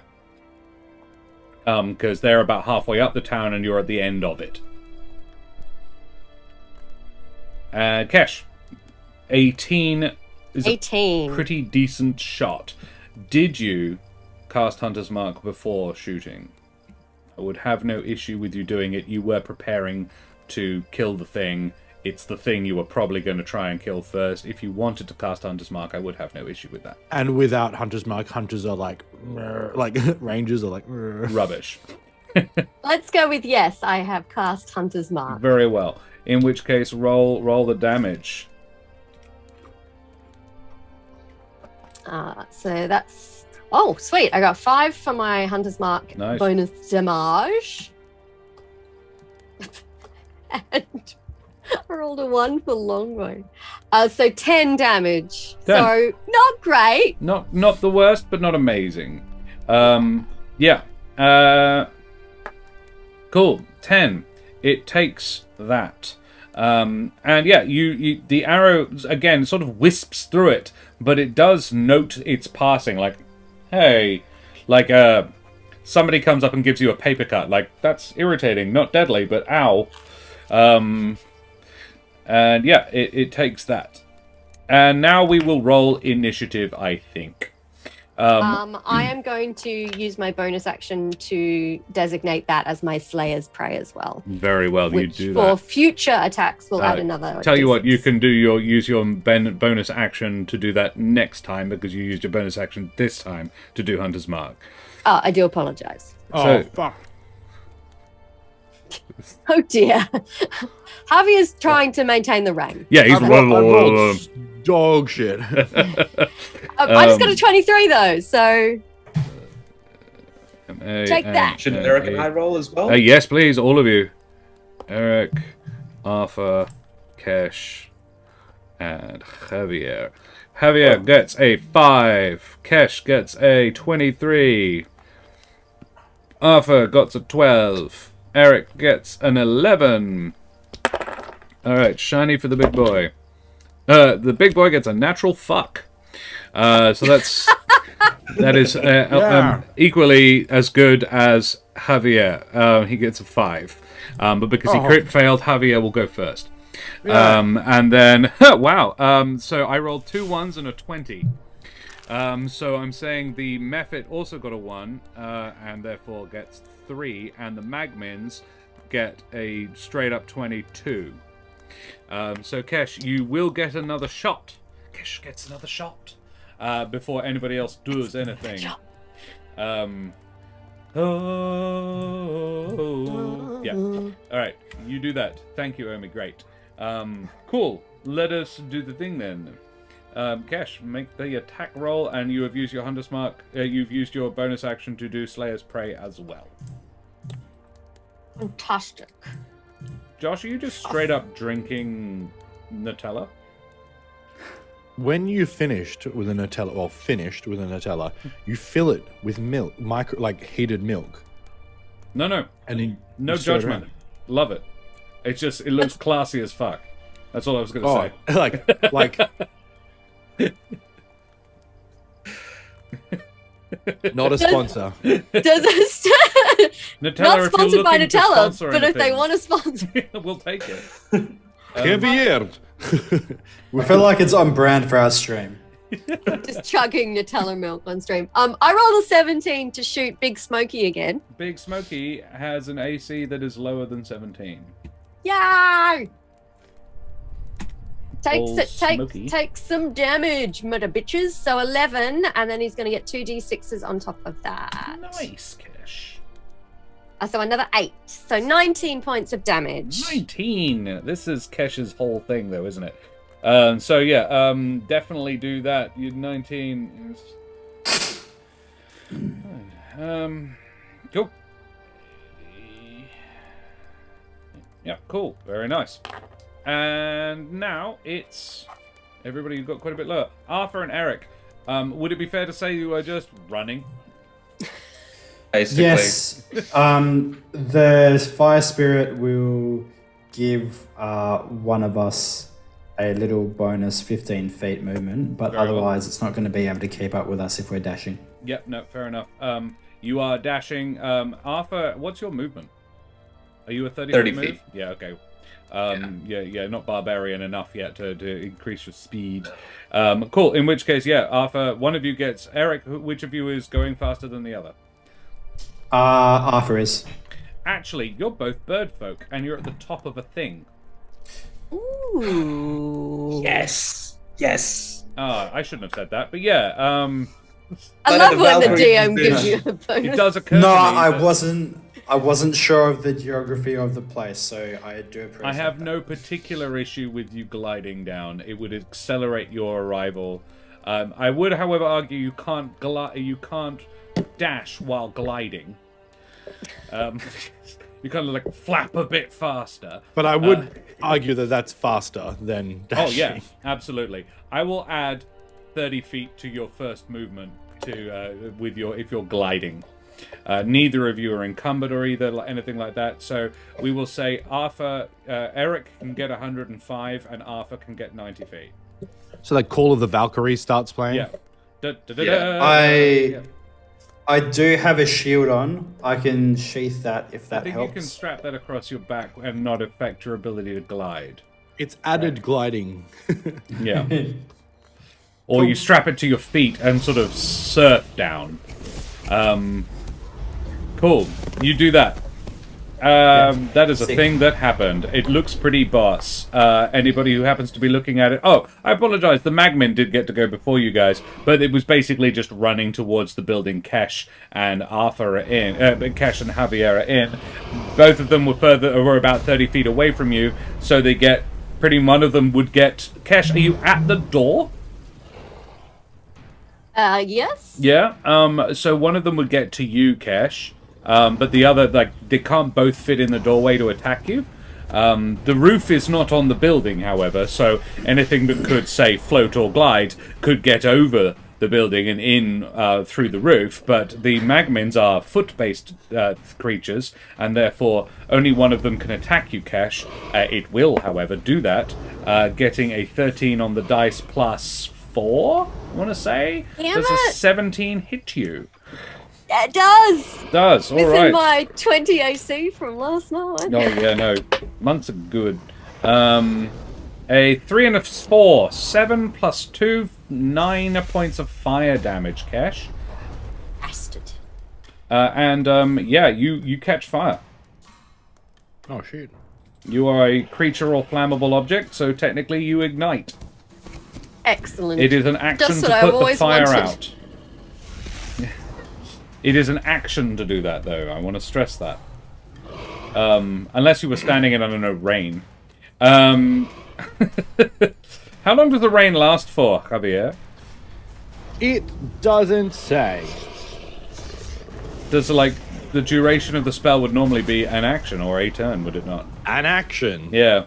I'm going to say... can't imagine... I'll say it'll last for 2 turns. Because it feels like Sure. rain doesn't happen all at once.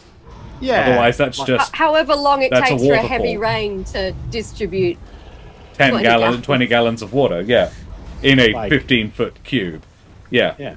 Alrighty, yeah, Wonder I'll if say Google 2 knows rounds the it's answer to that raining. question. So, Kesh, if you dashed into it in the next turn, it would still be going. It'll end on Javier's next turn. I Alright. have to get past the one that just tried to speaking of Javier's next turn, that's happening now. But it's not Whoa. this next turn, it's the next turn, yeah. Okay, so what do I see? Because I'm currently seeing the shrine, right? And the guy has seen us. Yeah. Big guy. How many people, like, how many enemies can I see? From where you are, Kesh is at the doorway. There are a couple of magmins. One of them is like scratching at her through the doorway. The other one is beyond the doorway. You can see them through a burned out window in the front of this building. And you can also see the smoke method has noticed you. You can see 3 enemies really. There is a smoke method. So the smoke elemental is coming. The smoke method is on the far side of the square, probably 60, 70 feet away. I will actually say 70 feet away because it's above a building and demonstrably can fly. Okay, well, I will...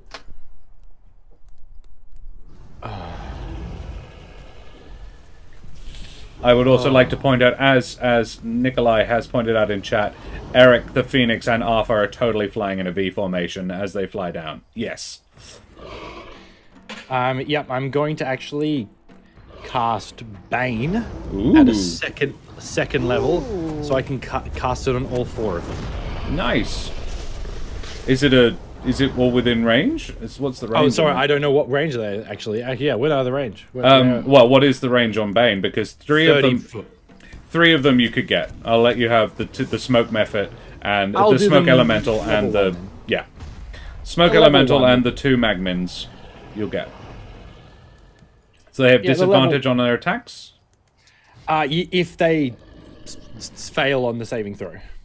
Alright, yeah. Well, let's do that then. Shiny is the big boy. A 9. Is it a wisdom save? So yes, wisdom save. Oh. Wisdom save. No, Wis- charisma. Oh, he's You're right. 2. So a 7. Yeah, who knew? Smoke elementals, not very charismatic. Not very charismatic. Who knew? However, the magmen are reasonably. And one of them got a straight up nat 20. So one of them went through that with flying colors. The other got a base 10. Okay. No. So one of them, and I will say it is because it's the bigger dice, the one that was attacking Kesh failed its Bane. But the other one did not. Okay, cool. All right, 2 Banes. That is just an action. Dub dub dub doob doob boop. There's no way I can get past Kesh at all, is there? You could probably go through the window. Oh, you've got big antlers. I would say probably One not. antler at a You could time. probably go out the back door. There was definitely a second door. You didn't go in through the front door. Kesh is at the front door. You could go through the back. Yeah, I think I'll go through the back door. Very well. The building is probably 15 feet across. 20 feet across. And so, yeah, you could get out the back door and have another 10 feet of movement to sort of, I presume you're wanting to come around the building?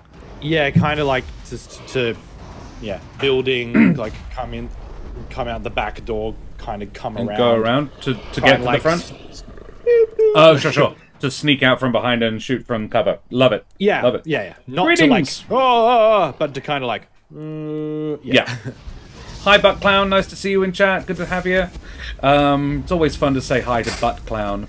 And thank you for the follow, Lady Grimm, as well. Pleasure. Cool. So we will, yes, that's nicely done, Javier. Next it is the Smokey Elemental Boy, and it is going to use its full 50 feet of movement to fly up and over the wall and get up and close and personal with Kesh. Hi. Hello. And it sort Could of, you not bear me to death? it glares down at you, Kesh, and it is going to try and it's going to reach down and grab you. oh, But it does have disadvantage, yes?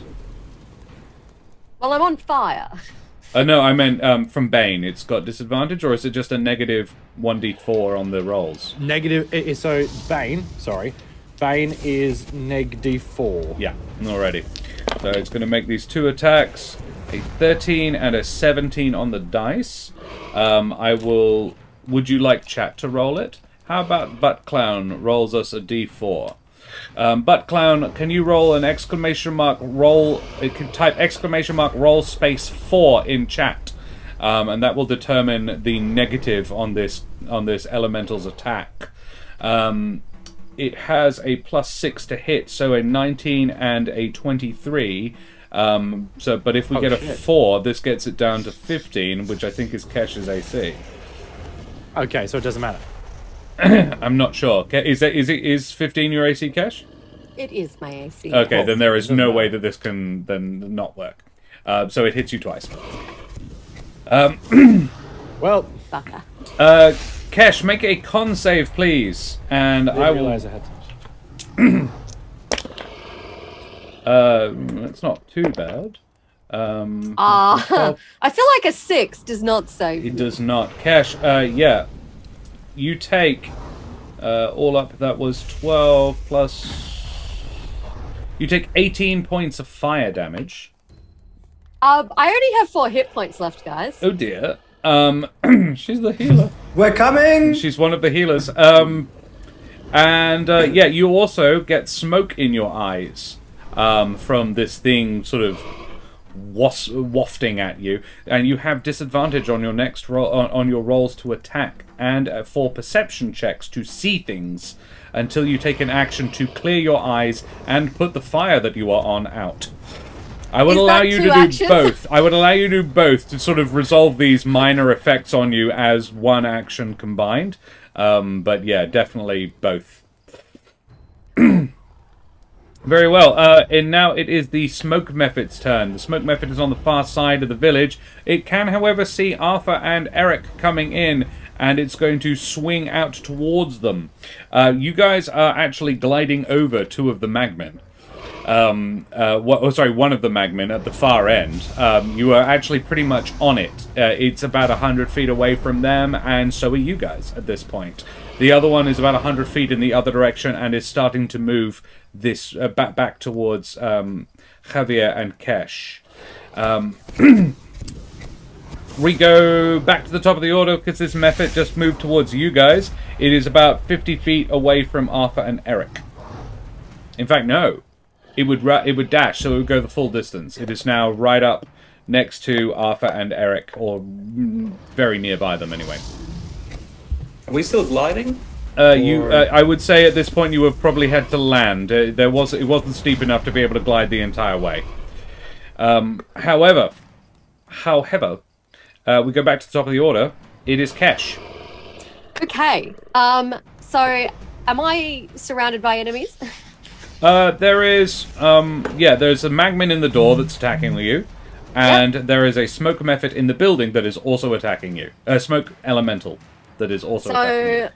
I can't get away without incurring an opportunity attack. Unless you use your action to disengage. You can disengage from more than one creature at once, just disengaging like nopes out of the combat. Yeah, but then I can't put the fire out. Kesh, it happened. The fire happens at the beginning of your turn. I just rolled for it. You took 3 fire damage from being on fire. On my last hit point, guys. But you can disengage and run out the back door, where you did see Javier go before you got blinded by the smoke. How far away is the rain? 30 feet through the door. Or more like 60 feet if you run around the building. More like 70 feet if you run around the building. If I run out through the door... There's a magman in the door. You have to sort of push through it, past it. It's on fire. I am going to fall unconscious in the next round. Unless someone heals you. Or you Oh, if you got to Javier, he could put the fire out. Or heal you. Both would be good. Cool. Well, I will disengage and run 30 feet away. Very well. Yeah, you do that. You run to Javier. You get to adjacent to Javier. You are now in I would say you would describe you both being in a 5-foot wide alleyway between 2 buildings. And so there is only 2 points of coming at you, one behind you and one in front of you. And Javier Kesh is standing next to you, looking really badly scorched. as in actively burning and smelling very badly of smoke. You are now about another 15 feet away from the boys who are Ride of the Valkyries coming for you. And we go to the Magmins. The Magmins, one of them is going to follow along behind you, Kesh. The one that was grasping for you before, but it can't do anything when it gets there, because it has to sort of maneuver its way past its buddy. The other one is going to come around and attack Javier. It's going to go around the front, discover Javier. It didn't know he was there, but it finds him when it tries to cut you off at the pass. Kesh. So is this the one without Bane or with Bane? This would be the one with Bane. Is going to attack you. An 11 on the dice is... Ooh, probably not. This is probably a meaningful Bane, because I think these things have a +4 to their attack modifier. So 15 to hit? Nope. Nope. Alright, so it doesn't matter. The Bane doesn't make any difference. Yep, it misses Javier, and the other one doesn't get you either. However, there is now a second one is coming within range. It's running towards you as well. There is two next to Javier. They can't both attack him because of the position you've gotten yourselves into, and there is one next to Kesh who has had to use its action to keep up, but it is now next to you, Kesh. Yeah. Now what? Well, actually, come to think of it, Kesh. Ooh. What is your AC? Yeah, it has a move speed of 30 feet, so it would have been able to attack you. However, it rolled a 12 on the dice, +4, -2. 14. The Bane saved her. Woo! Hey. I'm pretty sure it was that one that was baned. I'm not sure. I can't remember anymore. Let's assume it was. Let me say it was that one, because the other one was irrelevant. The other one didn't matter. Sure, that one was baned. And now, because of the way they're all stacked up, the smoke method actually can't get at you. However, it is now Eric and Arthur's turn. There is a smoke method and a magmin within 10-15 feet of both of you.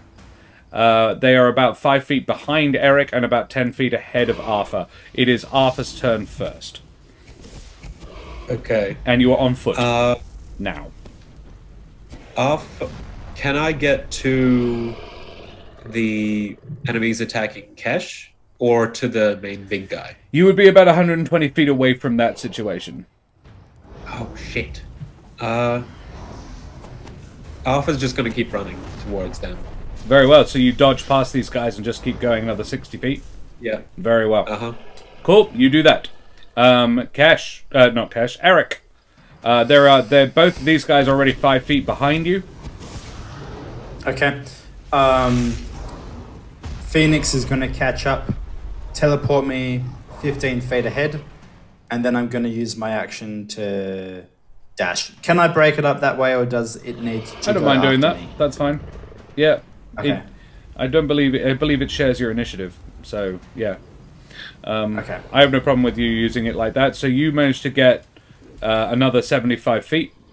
Yeah. So you are within 50... You are 55 feet away from the Magmins. You're probably 50 feet away from the Magmins attacking Javier. Okay, great.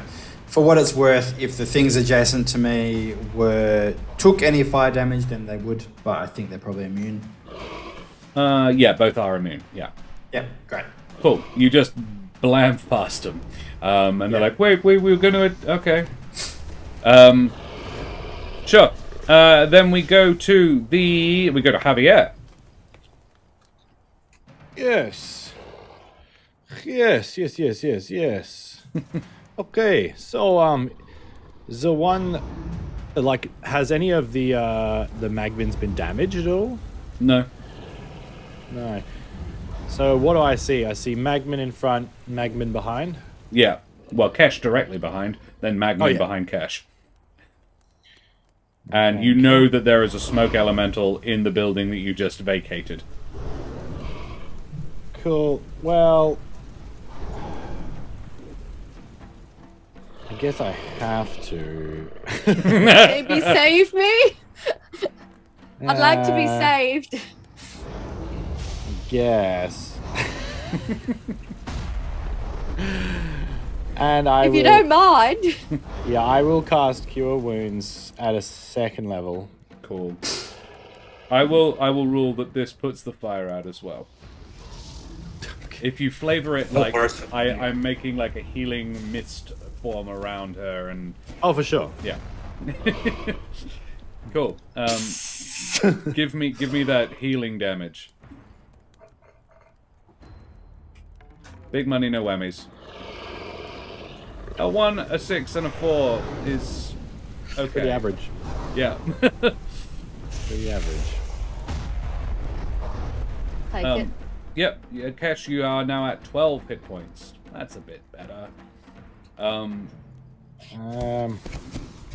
You're with the cleric. That's what you want to be. Cool. Do you have a bonus action that you can do? Spare the dying. I'm not there yet. I'm not dead. I'm not dead I yet. feel No, happy. I'm just like. Very well. He roars, and there is this mist forms around Kesh as she feels a bit better. And the smoke elemental comes out of the building and catches sight of... He's actually going to fly out over the building because getting through the door is a bit difficult. And catches sight of Eric and Arthur rushing towards. Arthur presumably still lugging this enormous iron pot. Oh yes, absolutely. Banging. Banging it, and he goes, and it looks at you. Now it's a and war sort of drum. glares, and realizes that you were the guys who killed its friends. That it sent off to look out for you because it clearly wasn't these Muppets. And it's actually going to move towards you guys. It moves its full 50 feet. It's probably about 10 feet away from you, Eric, and Arthur probably I think 30 feet away from you. Okay. And then we go to the Mephit, the Smokey Boy, who initially chased after you guys. And it now has to turn around and chase after you again, because you're like, nope, hard pass. So, yeah, Arthur, there is a Smoke Mephit winging in towards you from behind. Yeah, it gets to within... actually, it's adjacent to you. Their speed is 50 feet, so they can... It had to use both its action and its movement to get there, but it's there, it's next to you. So, yeah, we've got a big boy in front and a little guy behind. And we're top of the order. Kesh! You have 12 hit points, you're not actively on fire, and there is a magmin trying to scratch your back for you. I would like to hit it with my sword, please. Very well. You do that. Well, a 16 hit it. You swing your sword with great acuity. And you hit it. Make me a damage. Unfortunately, it's not your hunter's mark. Yeah. But 10 is actually more than enough to kill it. Hey! Oh, Hey! but it explodes. Oh, wait, hang on. No, it's not. It's resistant to bludgeoning, piercing, and slashing. Yeah, it only takes 5, but it doesn't explode. Which, you know, could be good, could be better, could be worse. Yeah. But you do have 2 short swords and a bonus action. I do. So I'll probably... I can't flee without opportunity attack, can I? No. Nor could you Right. anyway, really. There's a Magman in the way and a Javier in the way in the other direction. I can't really go anywhere. I will hit it again. Smack it with your sword. I do. 11 misses. Yeah, no, not so much. Very well. Kesh, that's your action, your bonus action. You don't want to move. Next is Arthur. So, there is a Mephit right behind you, and an elemental 30 feet ahead. Okay. Arthur's gonna rage and just go straight for the elemental. Very well. The Mephit will make an opportunity attack. A 6 on the dice probably doesn't do it. Hey, alright. Yeah, Arthur's gonna sprint ahead, and when he rages, he has like these sort of vaguely Gallus-esque shades around him, and he's just going to start launching into the smoke elemental. Yeah. Recklessly, I should note, as always. Yeah. Nat 20. Whoa! Ooh, yeah! Hype. Yes. 20s and Have we had a nat 20 attack yet? I don't No. actually think we have. Not you guys. I think I've done one, but I don't know if you guys have. Yeah. So that's 21 plus 2 rage damage, so 23 points of damage. 23 points And of the damage. shades, the Gallus-like shades sort of like harry him as well, because he now has disadvantage on anyone other than me. Nice. As well as those people take resistance if they take damage from it. So good. Very, very nice. I'm just checking a couple of things. That's not bad. Yeah. I want to be clear. Your attacks when raging don't count as magical, do they? Magical, don't think so now. Okay. So what was it? Sorry, 22? 23? Did I 23. say? I think either way it's being halved, so 11. I'm sorry. Because it's non-magical. But very nice. A palpable hit. It did not enjoy the experience. It now you have its attention. And I'm also going to push it back 5 feet because fuck it pushes 5 feet away from you, which is sensible. Arthur, can you make me a Constitution save, please? Oh. This smoke elemental is a creation of mine, by the way. Oh. Yeah, that's a solid. I got no. a 7. Yeah. Would So- your creation have a spell save DC of 6, maybe? No, it does not. Yeah, you take. Oh dear. Omi, you're here. Omi, could you roll me 1d8 in chat, please? 1d8. I can take that. I can take a D8 of damage. It's fine. It'll be fine. That you take that in necrotic damage, and you have disadvantage to attack, and on 5 necrotic damage. Thank you, Omi. It could have been worse.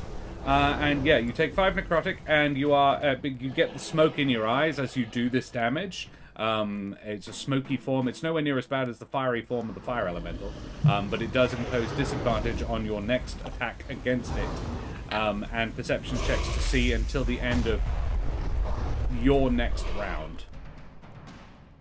Okay. Okay. Yeah. Cool. Then it is Eric's turn, unless Arthur has anything else he wants to do. I think you bonus action to rage, so... Bonus action. I also have this critical ability from the Crusher feat. I think because I got a crit on it, attack rolls against that creature are made until advantage until the start of my next turn. Nice. All right, noted. So, Eric, if you were to attack it, you'd get advantage. Just saying. This is a it is a large elemental, so it takes up a 10-foot square. Also worth noting, just for area effects and so forth. Okay. Eric, your turn. Do I see Kesh or Javier? No, but you can hear their squawking. The two mammals are clearly, like, you can see a couple of magmen trying to get... You actually probably can see Javier a bit. He is around a corner, but you can see, like, him fending off a pair of magmen trying to sort of scratch at him down a corridor, down an alleyway. How far away? 55 feet, I think we worked out. 50, 55 feet. Okay, great. I am going to use my bonus action to cast Healing Spirit again. Oh, yeah. On basically the spot where I can see Javier's horns Yep. appearing. Nice. So that's a bonus action to cast that. Very nice. So I get 5 times that someone goes into its space. Again, it's a flame made out of spectral feathers. Oh my god. Crow So feathers. Love it. Anyone who goes into it can take a D6, and I can do that 5 times. Very nice. So I think... Can you move it as a bonus I action? can as a bonus action. Yeah. So currently it's healing Javier. Yes. And I think that happens now. I'm not sure if it would happen on his turn or now. I think it happens at the start of his turn. Great. Okay, cool. We'll do that then. But right now you're under healing fire of feathers. Yeah. Then I'm going to... how far away is this smoke elemental from me now that I keep it's been skipping pushed over back? the magmen. I do apologize. Sorry, Brendan. I keep missing out the magmen, and they feel very bereft and neglected. The magmen that was chasing after you guys is going to have to turn around and run straight back. It almost catches up with Arthur. In fact, it would have caught up with Arthur and made an opportunity attack against you. Arthur, a 20, it's dirty 20, would have hit you. But I'm not going to say that it did because it would be unfair because I fucked up. So, but the other I'll two... take it. So, I'm going to... These two are going to be the ones that are attacking Javier. A 4 and a 6 on the dice, probably not. This one is the one that has Bane on it that is attacking Kesh. A 6. Also no. So that was meaningful. Eric, keep going. Thank you for the pit stop in my turn. Hey, look. But But now it's honest. Yes, yeah, no, I appreciate that.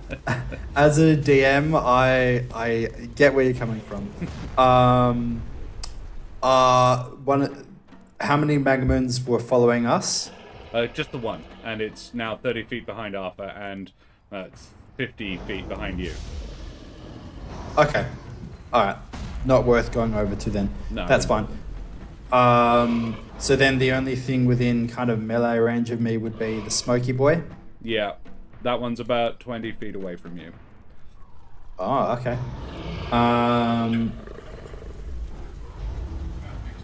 Like it's back a ways. It's Arthur couldn't. Actually, yeah, no, it would be about 10. Yeah, maybe 10 feet. It's not very far, but it's not in melee. Yeah. Okay. Look, I am sort of like one of those mental sort of math things where you have like 2 trains coming towards each other at different speeds. It's very much that's what I'm running in my head at the moment. Arthur, I believe in you. Aww. I'm going to sprint away from Arthur. Thanks. I believe in you too, Eric. Fuck you. To be more specific, I'm dashing around the smoke elemental towards where I think Kesh and Javier are. Sure. To help them out. Right. And then we can all turn back around to Love deal it. with the big boy. Cool. So you, it's another. You are 55 feet away from them. So you can use your action to get all the way there if you like. Yep, I do that. Okay, cool. You are in melee with Magman now. That's where I want to be. Excellent. And I will yell at it and try to bait it and say, how about you pick on someone your own size, you red hot fellow? The Magman does not understand what you are saying and is very upset. But it's clearly intended to be offensive. Can you make me an intimidation check? Because I think this will be important. Nothing more intimidating than being called a red hot fellow. You attractive man. You saucy individual. Oh, yeah, you gained its attention. Congratulations, I guess. I've puffed up. Yeah. That's bad because I find birds puffed up adorable, even if they're doing it because they're angry. Yeah. It's like, oh, you're a little puff puff. That's what I'm going for. Adorable but terrifying. He has successfully done that. All right. Well, Eric, well done. It is Javier. All right. You're getting healed. You're copping a D6 of healing every round if you want. So, had you taken any damage? I'm taking 3. All right. Well, we'll see if you. I imagine you probably recover. You get all 1. You get 1 better. There you go. Yay! You and your healing people for 1 damage, Eric. Oh, you rolled it. Oh, okay. Oh, wow. It's his spell. Let him do True. it. All right. I rolled a 2. That's all. You can So have yeah, a 2 next time. So the one behind me. The one in front of me, is it damaged at all? I can't remember. No. The one behind me is. The one Kesh just stabbed once is hurt, yes. Cool. Not hurt enough. I will cast. So I will like, there's little like dangly earrings on my on my thing that are muted most of the time. I kind of like flick it and give it like a ring ding ding and cast Toll the Dead as I attempt to clap its fucking head off. All right. So wisdom saving throw, please. Whoop. A 9 on the dice. Probably not going to do it. It's 14 if it needs to save it. I sincerely doubt it. It's a steam effort. It's not. It's a Magman. It has a plus. It's got an 11, so it's a +0. No. Okay, cool. They're not So it that takes 1d12. Oof. It's hurt. Yes. Roll 4. Do we 6? It explodes. Oh. Fine. I needed it to die. I was trying to protect you. Dex saves. I'm in range, right? Yeah, it's a 10-foot range. It's both of you two and no one else. Sweet. 12. You. What about me? Am I there? No, or- you're I fine. know, Actually, you're 11. You're about 15 feet away from this thing, so no. You'll get exploded by the next one. Don't worry.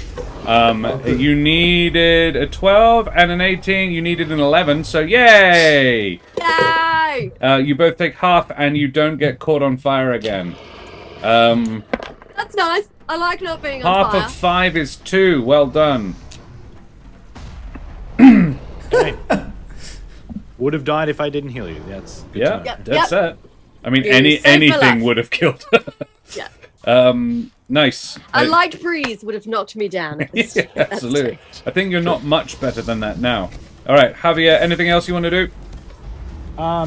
So all I did was cantrip. You have a bonus Cantrip. spell? I don't know. I do. But, you know, do I want to save spell slots? That's a question. Something else I would say is that if you move out of the healing spirit and allow Cash to get in, then she can get the healing on her turn. To do that, you would have to move out of threat with at least Yeah. one Magman. I think I'm going to... I will move it anyway, so... Yeah. I will summon... Screw it. Screw this. Javier's not a healer. He's... I'm going to... He's after doing the woolulu, he's going to turn back and do kind of like a... He does like a backwards thrust, and as he thrusts into his hand... You've seen this before, but I just didn't need to describe it. It kind of looks like he's putting a seed into the ground, but the magic into his palm, and pulls out, and it's kind of like a tree that starts with a pine, and pulls up, then down, and thrusts forward as the pine cone reveals itself, casting spiritual weapon, and grinds in the big face. pine cone. But grinds behind the magmen. Right. So it is technically in the space behind the Magmen, and it smacks the Magmen about. Correct. It kind of like cartoon drills it into the I love it. ground. Yeah. Yeah. Hopefully it. Nope. Oh, Javier, you tried so hard. Whatever. Very cool visual. I liked it. Whatever. All right, Eric, the elemental. Sorry, Arthur. The elemental that's right next to you is quite upset with you, and it doesn't appreciate the whole thing you just did. It is going to, and you've seen this before. It looks at the sky and sort of raises its hands up and shakes them as it roars, and this this Arthur's cloud going to of- attempt to put the pot over his head. no touchy. And this molten embers drop in a bigger area around it than its smaller compadre. Please make a dexterity saving throw, Arthur.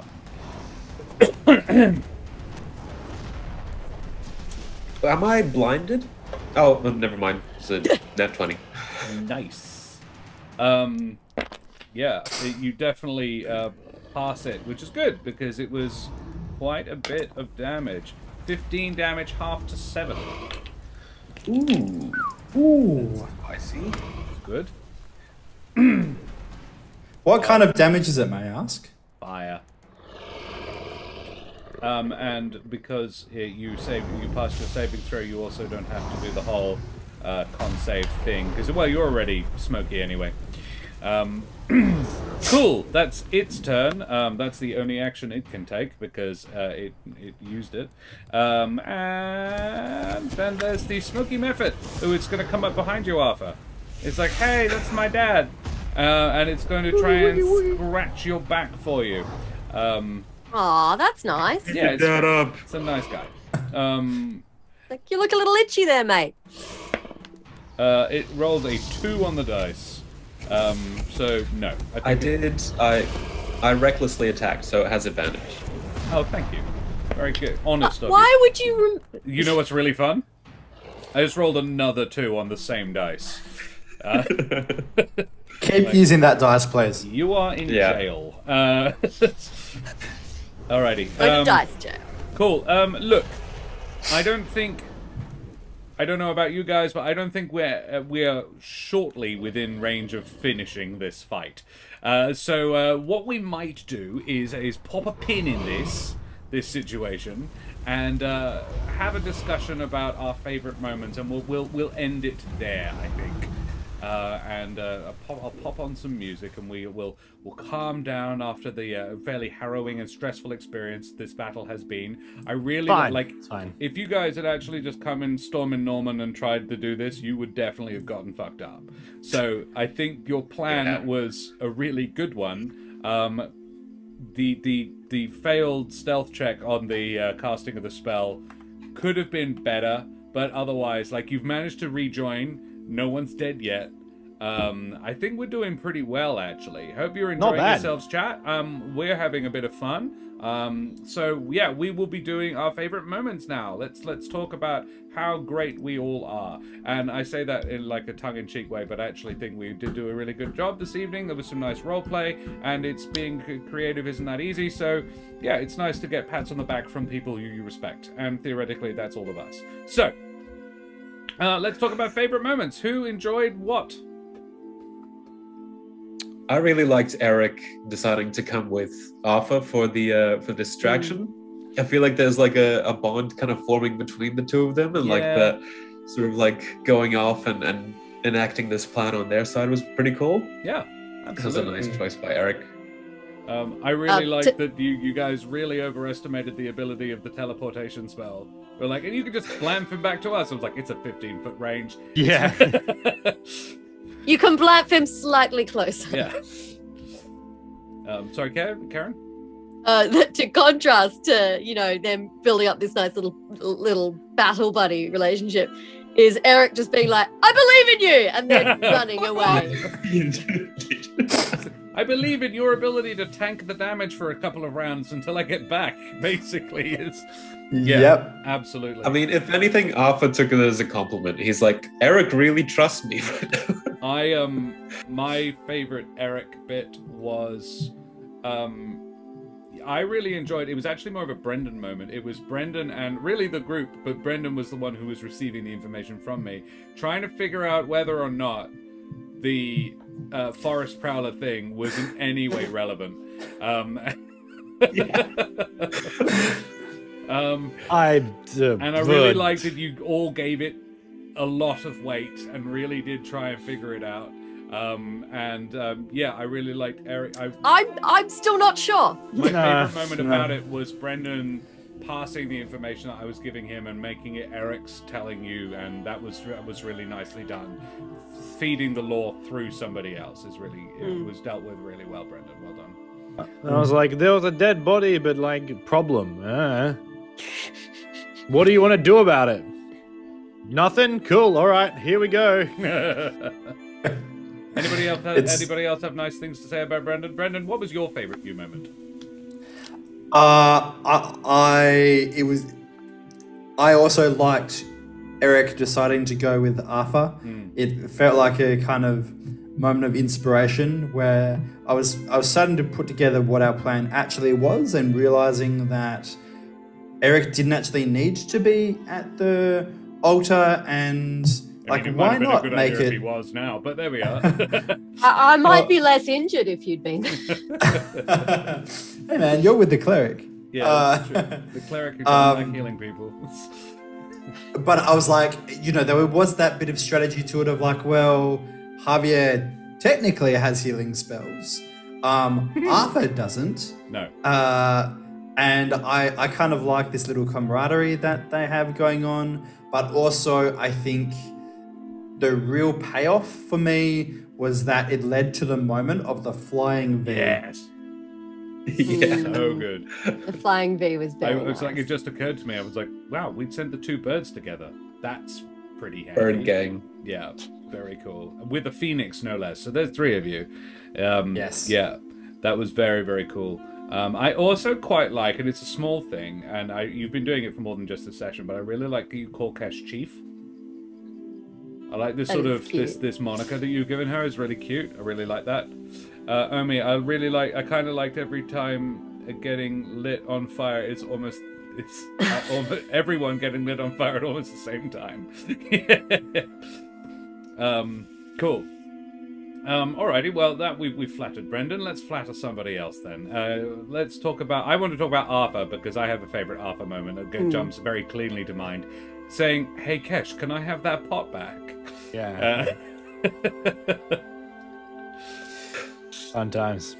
Very necessary. I enjoyed Arthur giving a badum tush to Eric's first kill in the battle. Like the whole drum solo. The whole drum thing was great. Oh, so good. Wait, I forgot a Brendan thing. Oh. Red Hot Fellow? Oh, the intimidation attempt was great. I love that it worked. I need to make a note that guy's going to attack you this next time. Yes. Eric is not a charismatic guy. He's not super great with his words under duress. And so I'm glad that that's reflecting. Cool. But no, we're talking about Arthur.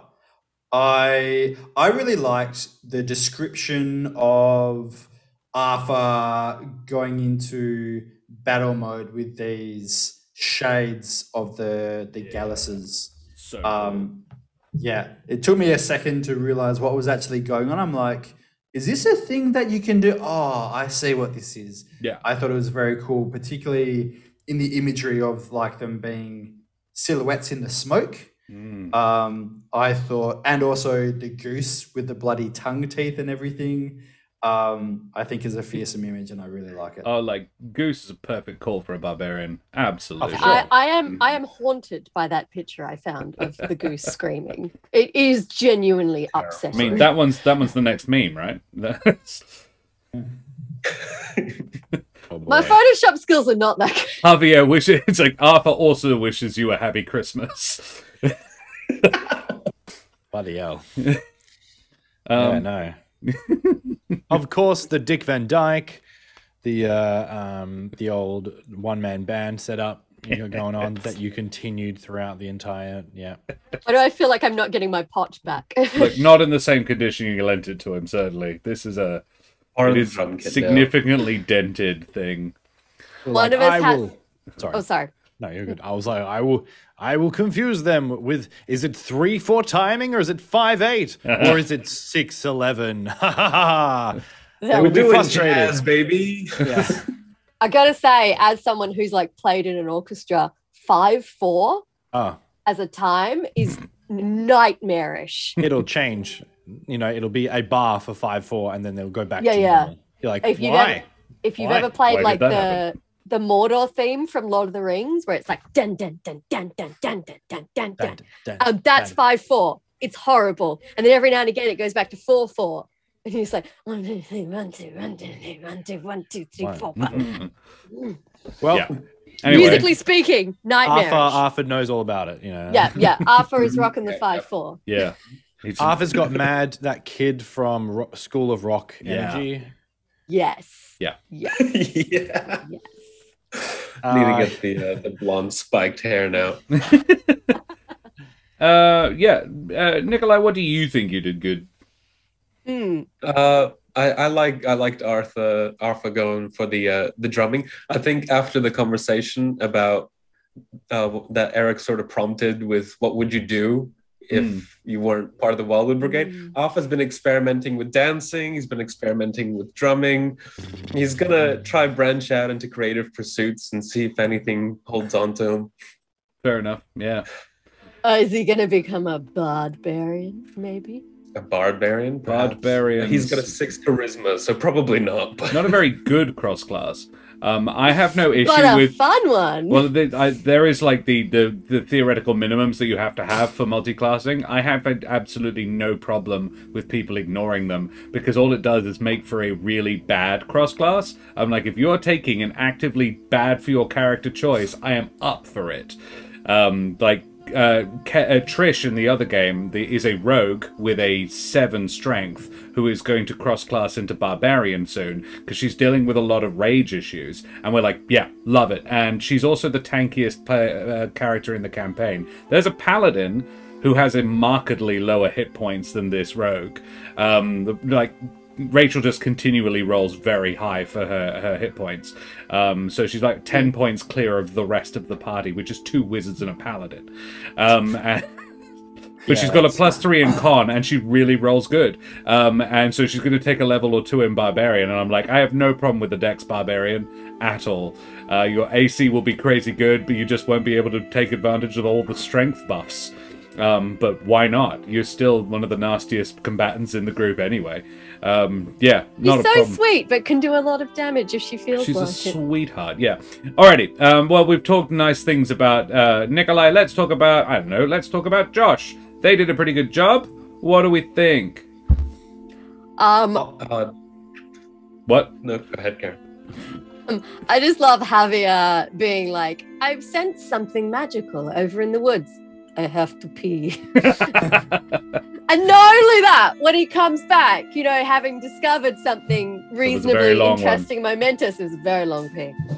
I mean, you know. And Kesh is like, I wasn't really paying attention, but if you feel the need to The share. first time any of us have urinated at all. What the hell?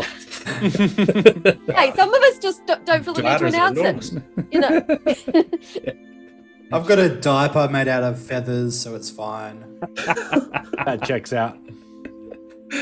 Why would you put that mental image in my head? He really just looks like Donald Duck from the waist down. That's That's exactly what I was thinking. Thank Alrighty. you to my brother in the chat. Is I have- 76 pleb. Is that Yeah, that's person? my brother. Oh, well, welcome, Hi, welcome, brother. Josh's brother. You're just in time for the end. No night. I have a favourite Right. Josh moment, Javier moment. Do Well, it. 2 actually. The first was I liked Javier dislodging the currents that stopped him from talking last session. And then using them was- would be the second one. Yes. That was good. But I also really liked the moment where Josh, they described the spiritual weapon of the pine cone. That was really cool imagery of it kind of being planted and growing, and then just whiffing on the attack and walking away. Was Done. fantastic. Solid plan. Thank you. It was the Nice. build-up. It's all about the dramatic. Yeah, absolutely. Subverting expectations is the key to comedy, I think. Yeah, I feel like my computer can hear me, and they're like, "Oh, he's doing this again." Oh, He's doing something cool. Get ready to fail. Yeah. you wanted Yeah. to succeed. Oh, I'm terribly sorry. All we have left is horrendous failure. All right. Can we get a with emote? Yeah. It's down the track. Down the track. We need a few some more subs for that. Yes, subs so we can make more comedy. The next emote. The next emote will be Arthur charging, nasty, scary, angry goose, yelling raid. So my favorite Josh moment, which is a fun thing for me to say, is feels a bit self-indulgent, but why not? Let's go with it. Would be, yeah, I love your. Basically, what I wanted to do was see what would happen. So the dead body would have been found on the travel. I gave everybody a thing, and the dead body was yours. But you weren't here, so I didn't want to roleplay how your character would react to it because I didn't know. So I gave you a corpse to see what you'd do with it. And so I was just like, and my favorite moment was seeing what you did and seeing your process with it, and yeah, seeing how you worked through that puzzle, because that was the whole point of it. There wasn't actually anything else. Right. The only like he was kind like, without obviously giving too much away because nothing happened, but it was one of those like, okay, so I find this this relatively clean corpse. It is of a servant person, which is like a little bit of a maybe not that one. But still, like, he just made sure that there was nothing sus about this. But the fact that he immediately saw the cub, he's like, oh, like, immediately saw that. And he's like, you get this one this time. Like, yeah, I'd be stealing your dinner. And also, yeah, like, I'm really. Yeah, you. But that was my favorite moment. Was was the way you dealt with that, the way you played that out. I was just like, still have no idea. I would like to know, but I have no idea what the whole Javier and corpses thing is. All right. Well, I suppose if I had to pin down a particular favorite moment from that, it's I am so vastly curious. You have the DM on tenterhooks. That's fair. Yeah, I enjoyed that. Well, it's nice because he's like, why would you waste a perfectly good body? And I see the person is like eating the body, so I'm like, okay, it's useful. Checks out. You're not wasting it. No. My favorite moment actually continues on with the Death Cleric theme, which is when you were in the fight with Kesh, and Kesh was like almost dead. It's like, yeah, I suppose I should heal them, right? Yeah. Yeah. Such an inconvenience to save her life. Look, it would have been a lot more healing had you already been dead. Like, yeah, much more complicated. But a body. Well, I realized that regardlessly, it would have been a disadvantage because I'm like surrounded and I didn't really want to be like killed as well. In the back. So I'm like, yeah. I guess. She's also watching my spine. I should probably hook her up. Yeah, fair. Tactically, it was a good idea. Alrighty. Cool. Save face. Well, let's talk about Karen now. I think we've talked about Josh enough. Karen was lovely and wonderful and splendid and marvelous. And what's the other word? Dichotomous this evening. Dichotomous. So, yeah, let's tell Karen how nice they were. They were wonderful. Hey, I have my own self-favorite moment, if you want me to go first. Go for it. It was definitely, it's kind of more of a Karen moment than a Kesh moment. You talking about them building a fire and my brain immediately going, well, that's not good. Yeah. He hasn't said anything beyond they're piling flammable shit up, but my brain is like, no, they probably shouldn't be allowed to do that. I really liked... I think my favorite moment was, I'm going to ride on that, was you saying that, and you a couple of you said important things. I was like, ooh, there's a great breadcrumb.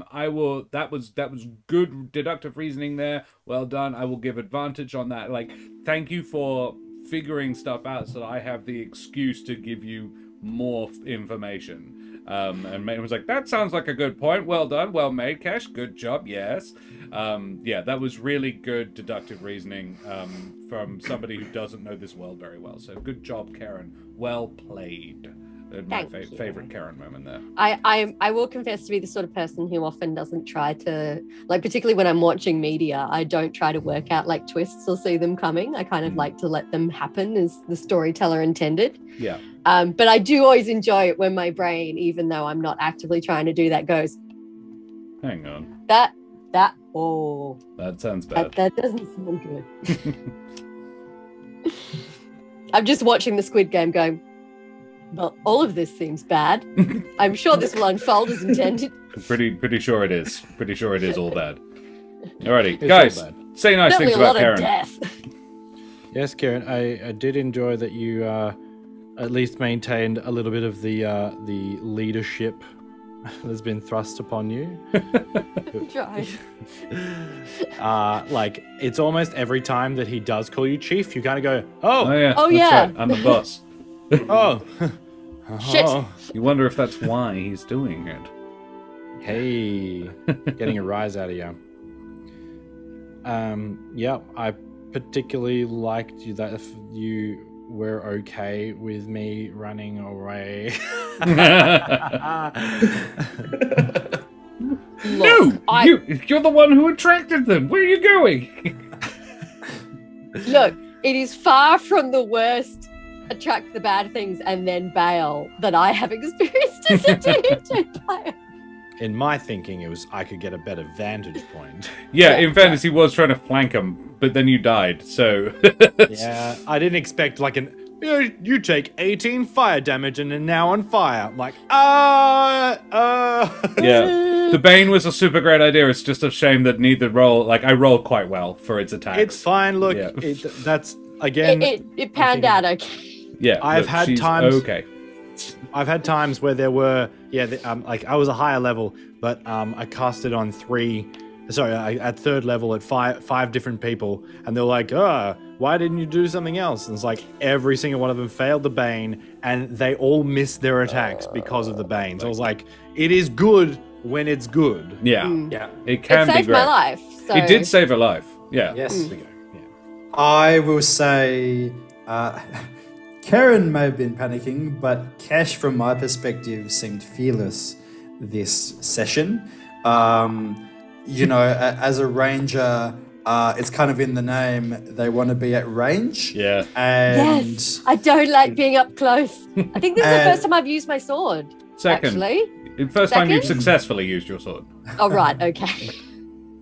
But yeah, there was no hesitance of just getting the dual wielding swords out and just saying, well, I need to do this. I can't really run away. There's my cleric that's run away. I need to just do this. Yeah. And Yeah. I like that. I guess maybe a resignation, but just committing and just doing it and being fearless. I've really admired that. That was cool. And part of why Eric is beelining towards you, so that's not in vain and that he can keep you up while you're doing it. Yeah. You shouldn't have to die for being brave. Alrighty. Kesh appreciates you dashing over to. Now the DM. Rescue party. DM. Okay. Yes. DM. Very well. I won't fight it. I promise. Yeah. Great. My favorite me moment. I think actually my favorite me moment. I'm going to claim it because it was my idea. It's the Flight of the Valkyries. I was like, I regret nothing about mentioning this to you guys. It was a really, really cool mental image. I didn't say the flying V. Somebody else points that out, but I'm like, that's exactly what's happening. Absolutely. Good. Nikolai points it out. I'm like, yep, I'll take that. Yeah. I'll claim it. Thank you so much my idea. Good. I like how many times you've been rule of cooling it, which is awesome. Like, so the amount of times, like when you. I have played games where they're like, "Ooh, I'm not sure. Let me just look that up. I'm really that interaction." I'm like, "Okay, well, just whatever you want it to be, just make it that." Yeah. And if it turns out it's wrong in a later one, you'll like renege now that. I know. Yeah. But now we're in the thing. Just make a choice. So just that makes you more of a player than than just a DM means that you're also making those quick decisions to choose the cool aspect of it, which is really nice. Like even the where they go and the distance of where they are and stuff like that. Instead of finicking around with it too much, you're like, yeah, sure, he goes around. Like, he floats up and goes up. It happens. The thing is, we're telling a story. We are playing a board game, but we are using the board game to tell a story. Yeah. And so the point of it is the story, not the board game for me. It's why I favor theater of the mind. And I apologize to our audience if they prefer maps. We will occasionally, on big things, I will bother with a map, but there's a whole other sort of, you've got to set up a bit of infrastructure for maps, and it's just a pain in the ass. And I much prefer to sort of have everybody participating in this group shared insanity, imagining where we all are. If I present you with a picture, then you'll it limits you to what you've seen, whereas and the pictures are never as good as what you can come up with in your head. I have a very vivid mental image of what this flaming ruined village looks like and what all the characters look like fighting in it. And giving you a picture would limit you. And I was like, oh, it wasn't what I thought at all. Yeah. The difference being I have seen it and I've done it with maps and all that. I'm sure we all have, or at some point. Sometimes if it's like the entire episode is just the one fight, then maybe when you're trying to trace like along the video, or like when you just enter the stream, it's hard to get a sense of where everything is because we've already explained it. But if you do have that physical representation and knowing that it's a fight, that could be like, okay, well, I know what's going on. Yeah. But apart from that, it's not necessary. Absolutely. I also find I get really caught up in the maths if I have a map. Yeah. Yeah. Rather than just I'm saying, 5 foot short. I'm like, fuck it, you make it. You run a little harder. You dream a little harder. Yeah. You hope dream a little bigger. harder, plan a little bigger. Yeah. I have again 2 Josh things. I'll take it. The first one was just I really liked the way that you said the phrase. This was in our first little combat. He was being bothered by a phoenix. I just think is a really humorous phrase. Mental image, yeah. Yeah. This big fuck off phoenix just bother. Like, it's a phoenix the size of a hawk and it's irritating. The second thing and the main thing was that I have really appreciated your open support of our plan. Yes, very much. To split up 100%. And to kind of divide the combat. Yeah, split the party.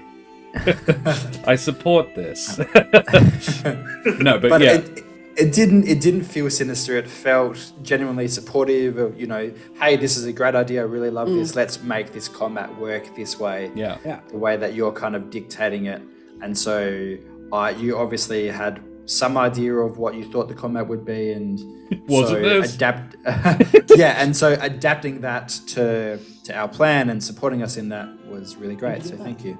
To kind of climb on top of that, I loved how I could almost sense your glee at our plan because it meant you were going to be able to kind of respond to it. Yeah. In an interesting way. I could see your plotting face come on. You're like, so this is what they're going to do. Let me stroke my mustache. I knew it grew. And that's always fun when you do something and you see the DM go. Nice. Yeah. And I was just like, I don't think we've made a bad choice, but this is going to be interesting. And sure enough, I was on fire and blinded at the same time. Yeah, look. Them's the rolls. But I'm still alive. No, I run and those of you who haven't played with me before, or those of you who've only recently started playing with me, and audience, you should know, I play by a very simple rule. I want you to win, but I am trying to kill you. And I love the idea. I want you to demonstrably do, but it's not fun if I'm not trying to kill you. So I am trying to. I don't succeed very often, but I am trying. Yeah. The way that I have heard that phrase, which I really like, is the DM is not trying to, although you've literally just said it, but the DM is not trying to kill you. The DM is trying to make you into a hero. Yeah. I like There's that. got to be risks. There's got to be stakes. Yeah. You've got to feel it. You've got to believe it. May or may not be Ooh, why Helvig easy. died. It's just boring. The persistent sort of like efforts to give each character their small little spotlight as well is just really cool. Like with Javier and the body and stuff like that, but like the little flashback that Alpha had on like a small little event in the history of the village, I really liked that, because it's kind of like, I don't know, it just gives character to the place that we're in. Like it's just it's a small description, but it really kind of nails down a vibe of the village, and I don't know, it kind of makes it like, oh yeah, it's worth protecting. Like it's worth stopping these guys more than just fighting elementals. There's some kind of value here. The fight here was bits of epic. history. This was episode, if you want to watch the fight, it's episode 11 of season 1 of Humblewood, Flocks and Fire, was the fight at this village. It was almost a TPK. I almost killed the lot of them. Deliberately. How many times did you fall unconscious? Oh, I think it was 3 or 4. Fortunately, they had Helvig back then, who was an actual healer. And so when they lost Helvig, it fell back to Rachel. It fell back to Trish with a bag of potions. The rogue is the healer in that party with a paladin. Trish is just jogging along, clinking from all the bottles of healing potions she carries around. She has the boots of speed, which give her a double movement, and a bag of potions. But yeah, the village was not founded by, but about sort of 10-15 years ago, a group of Scandinavian accented foreigners from the Humblewood all sort of moved in as a group. Their village had their crops had failed or whatever, and they'd come and emigrated en masse to the Humblewood and settled in Crestmarch. And they were the whole reason Crestmarch didn't collapse, because they were Vikings. They were like, no, we're actually competent individuals here, and they formed a shield wall and taught the others how to do it. And so yeah, it was the villagers actually put up a decent fight, and it was pretty boss. And the defenders of Alderheart, as they weren't yet, came along and assisted in. They brought down a major fire elemental at level 3. The thing you guys fought at the beginning of the season, they brought one down at level 3. It almost killed them, and then a second wave arrived, and they were like, okay, fuck. And that's when Arthur showed up with a bunch of bandit coalition guys and saved the day. Yeah, that's the backstory of that moment. Well, guys, thank you so much for saying nice things about me. We should go away from here now, because we've been streaming for ages. Thank you so much, everybody in chat. Thank you to Serum for your work. Serum has actually, you may have noticed, updated our overlay, so it looks all purdy now. I might make him make the words on Humblewood of Monsters and Magic a little bit bigger, but otherwise it's very pretty, and we like it very much. Serum is a massive supporter of the channel, and we love him to bits. Also, much love to the dichotomous wife of mine, Karen. It's such a... I just picked a D word. Karen, your love and support means everything to me, and it's the only reason I get up in the morning.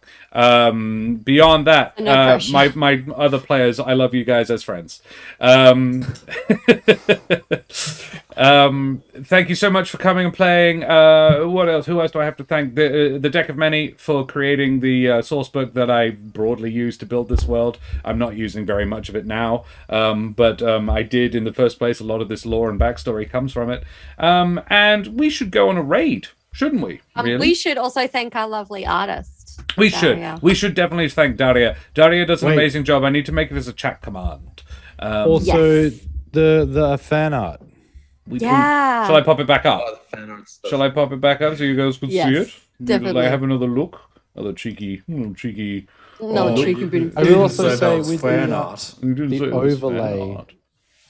Yeah, the overlay was a Serum creation, but there you are. That is our fan art, and it's so cool.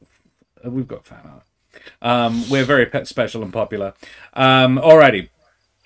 Well, who shall we raid? Carney Sideshow looks Is live. Yes. They are live, and I like raiding live people.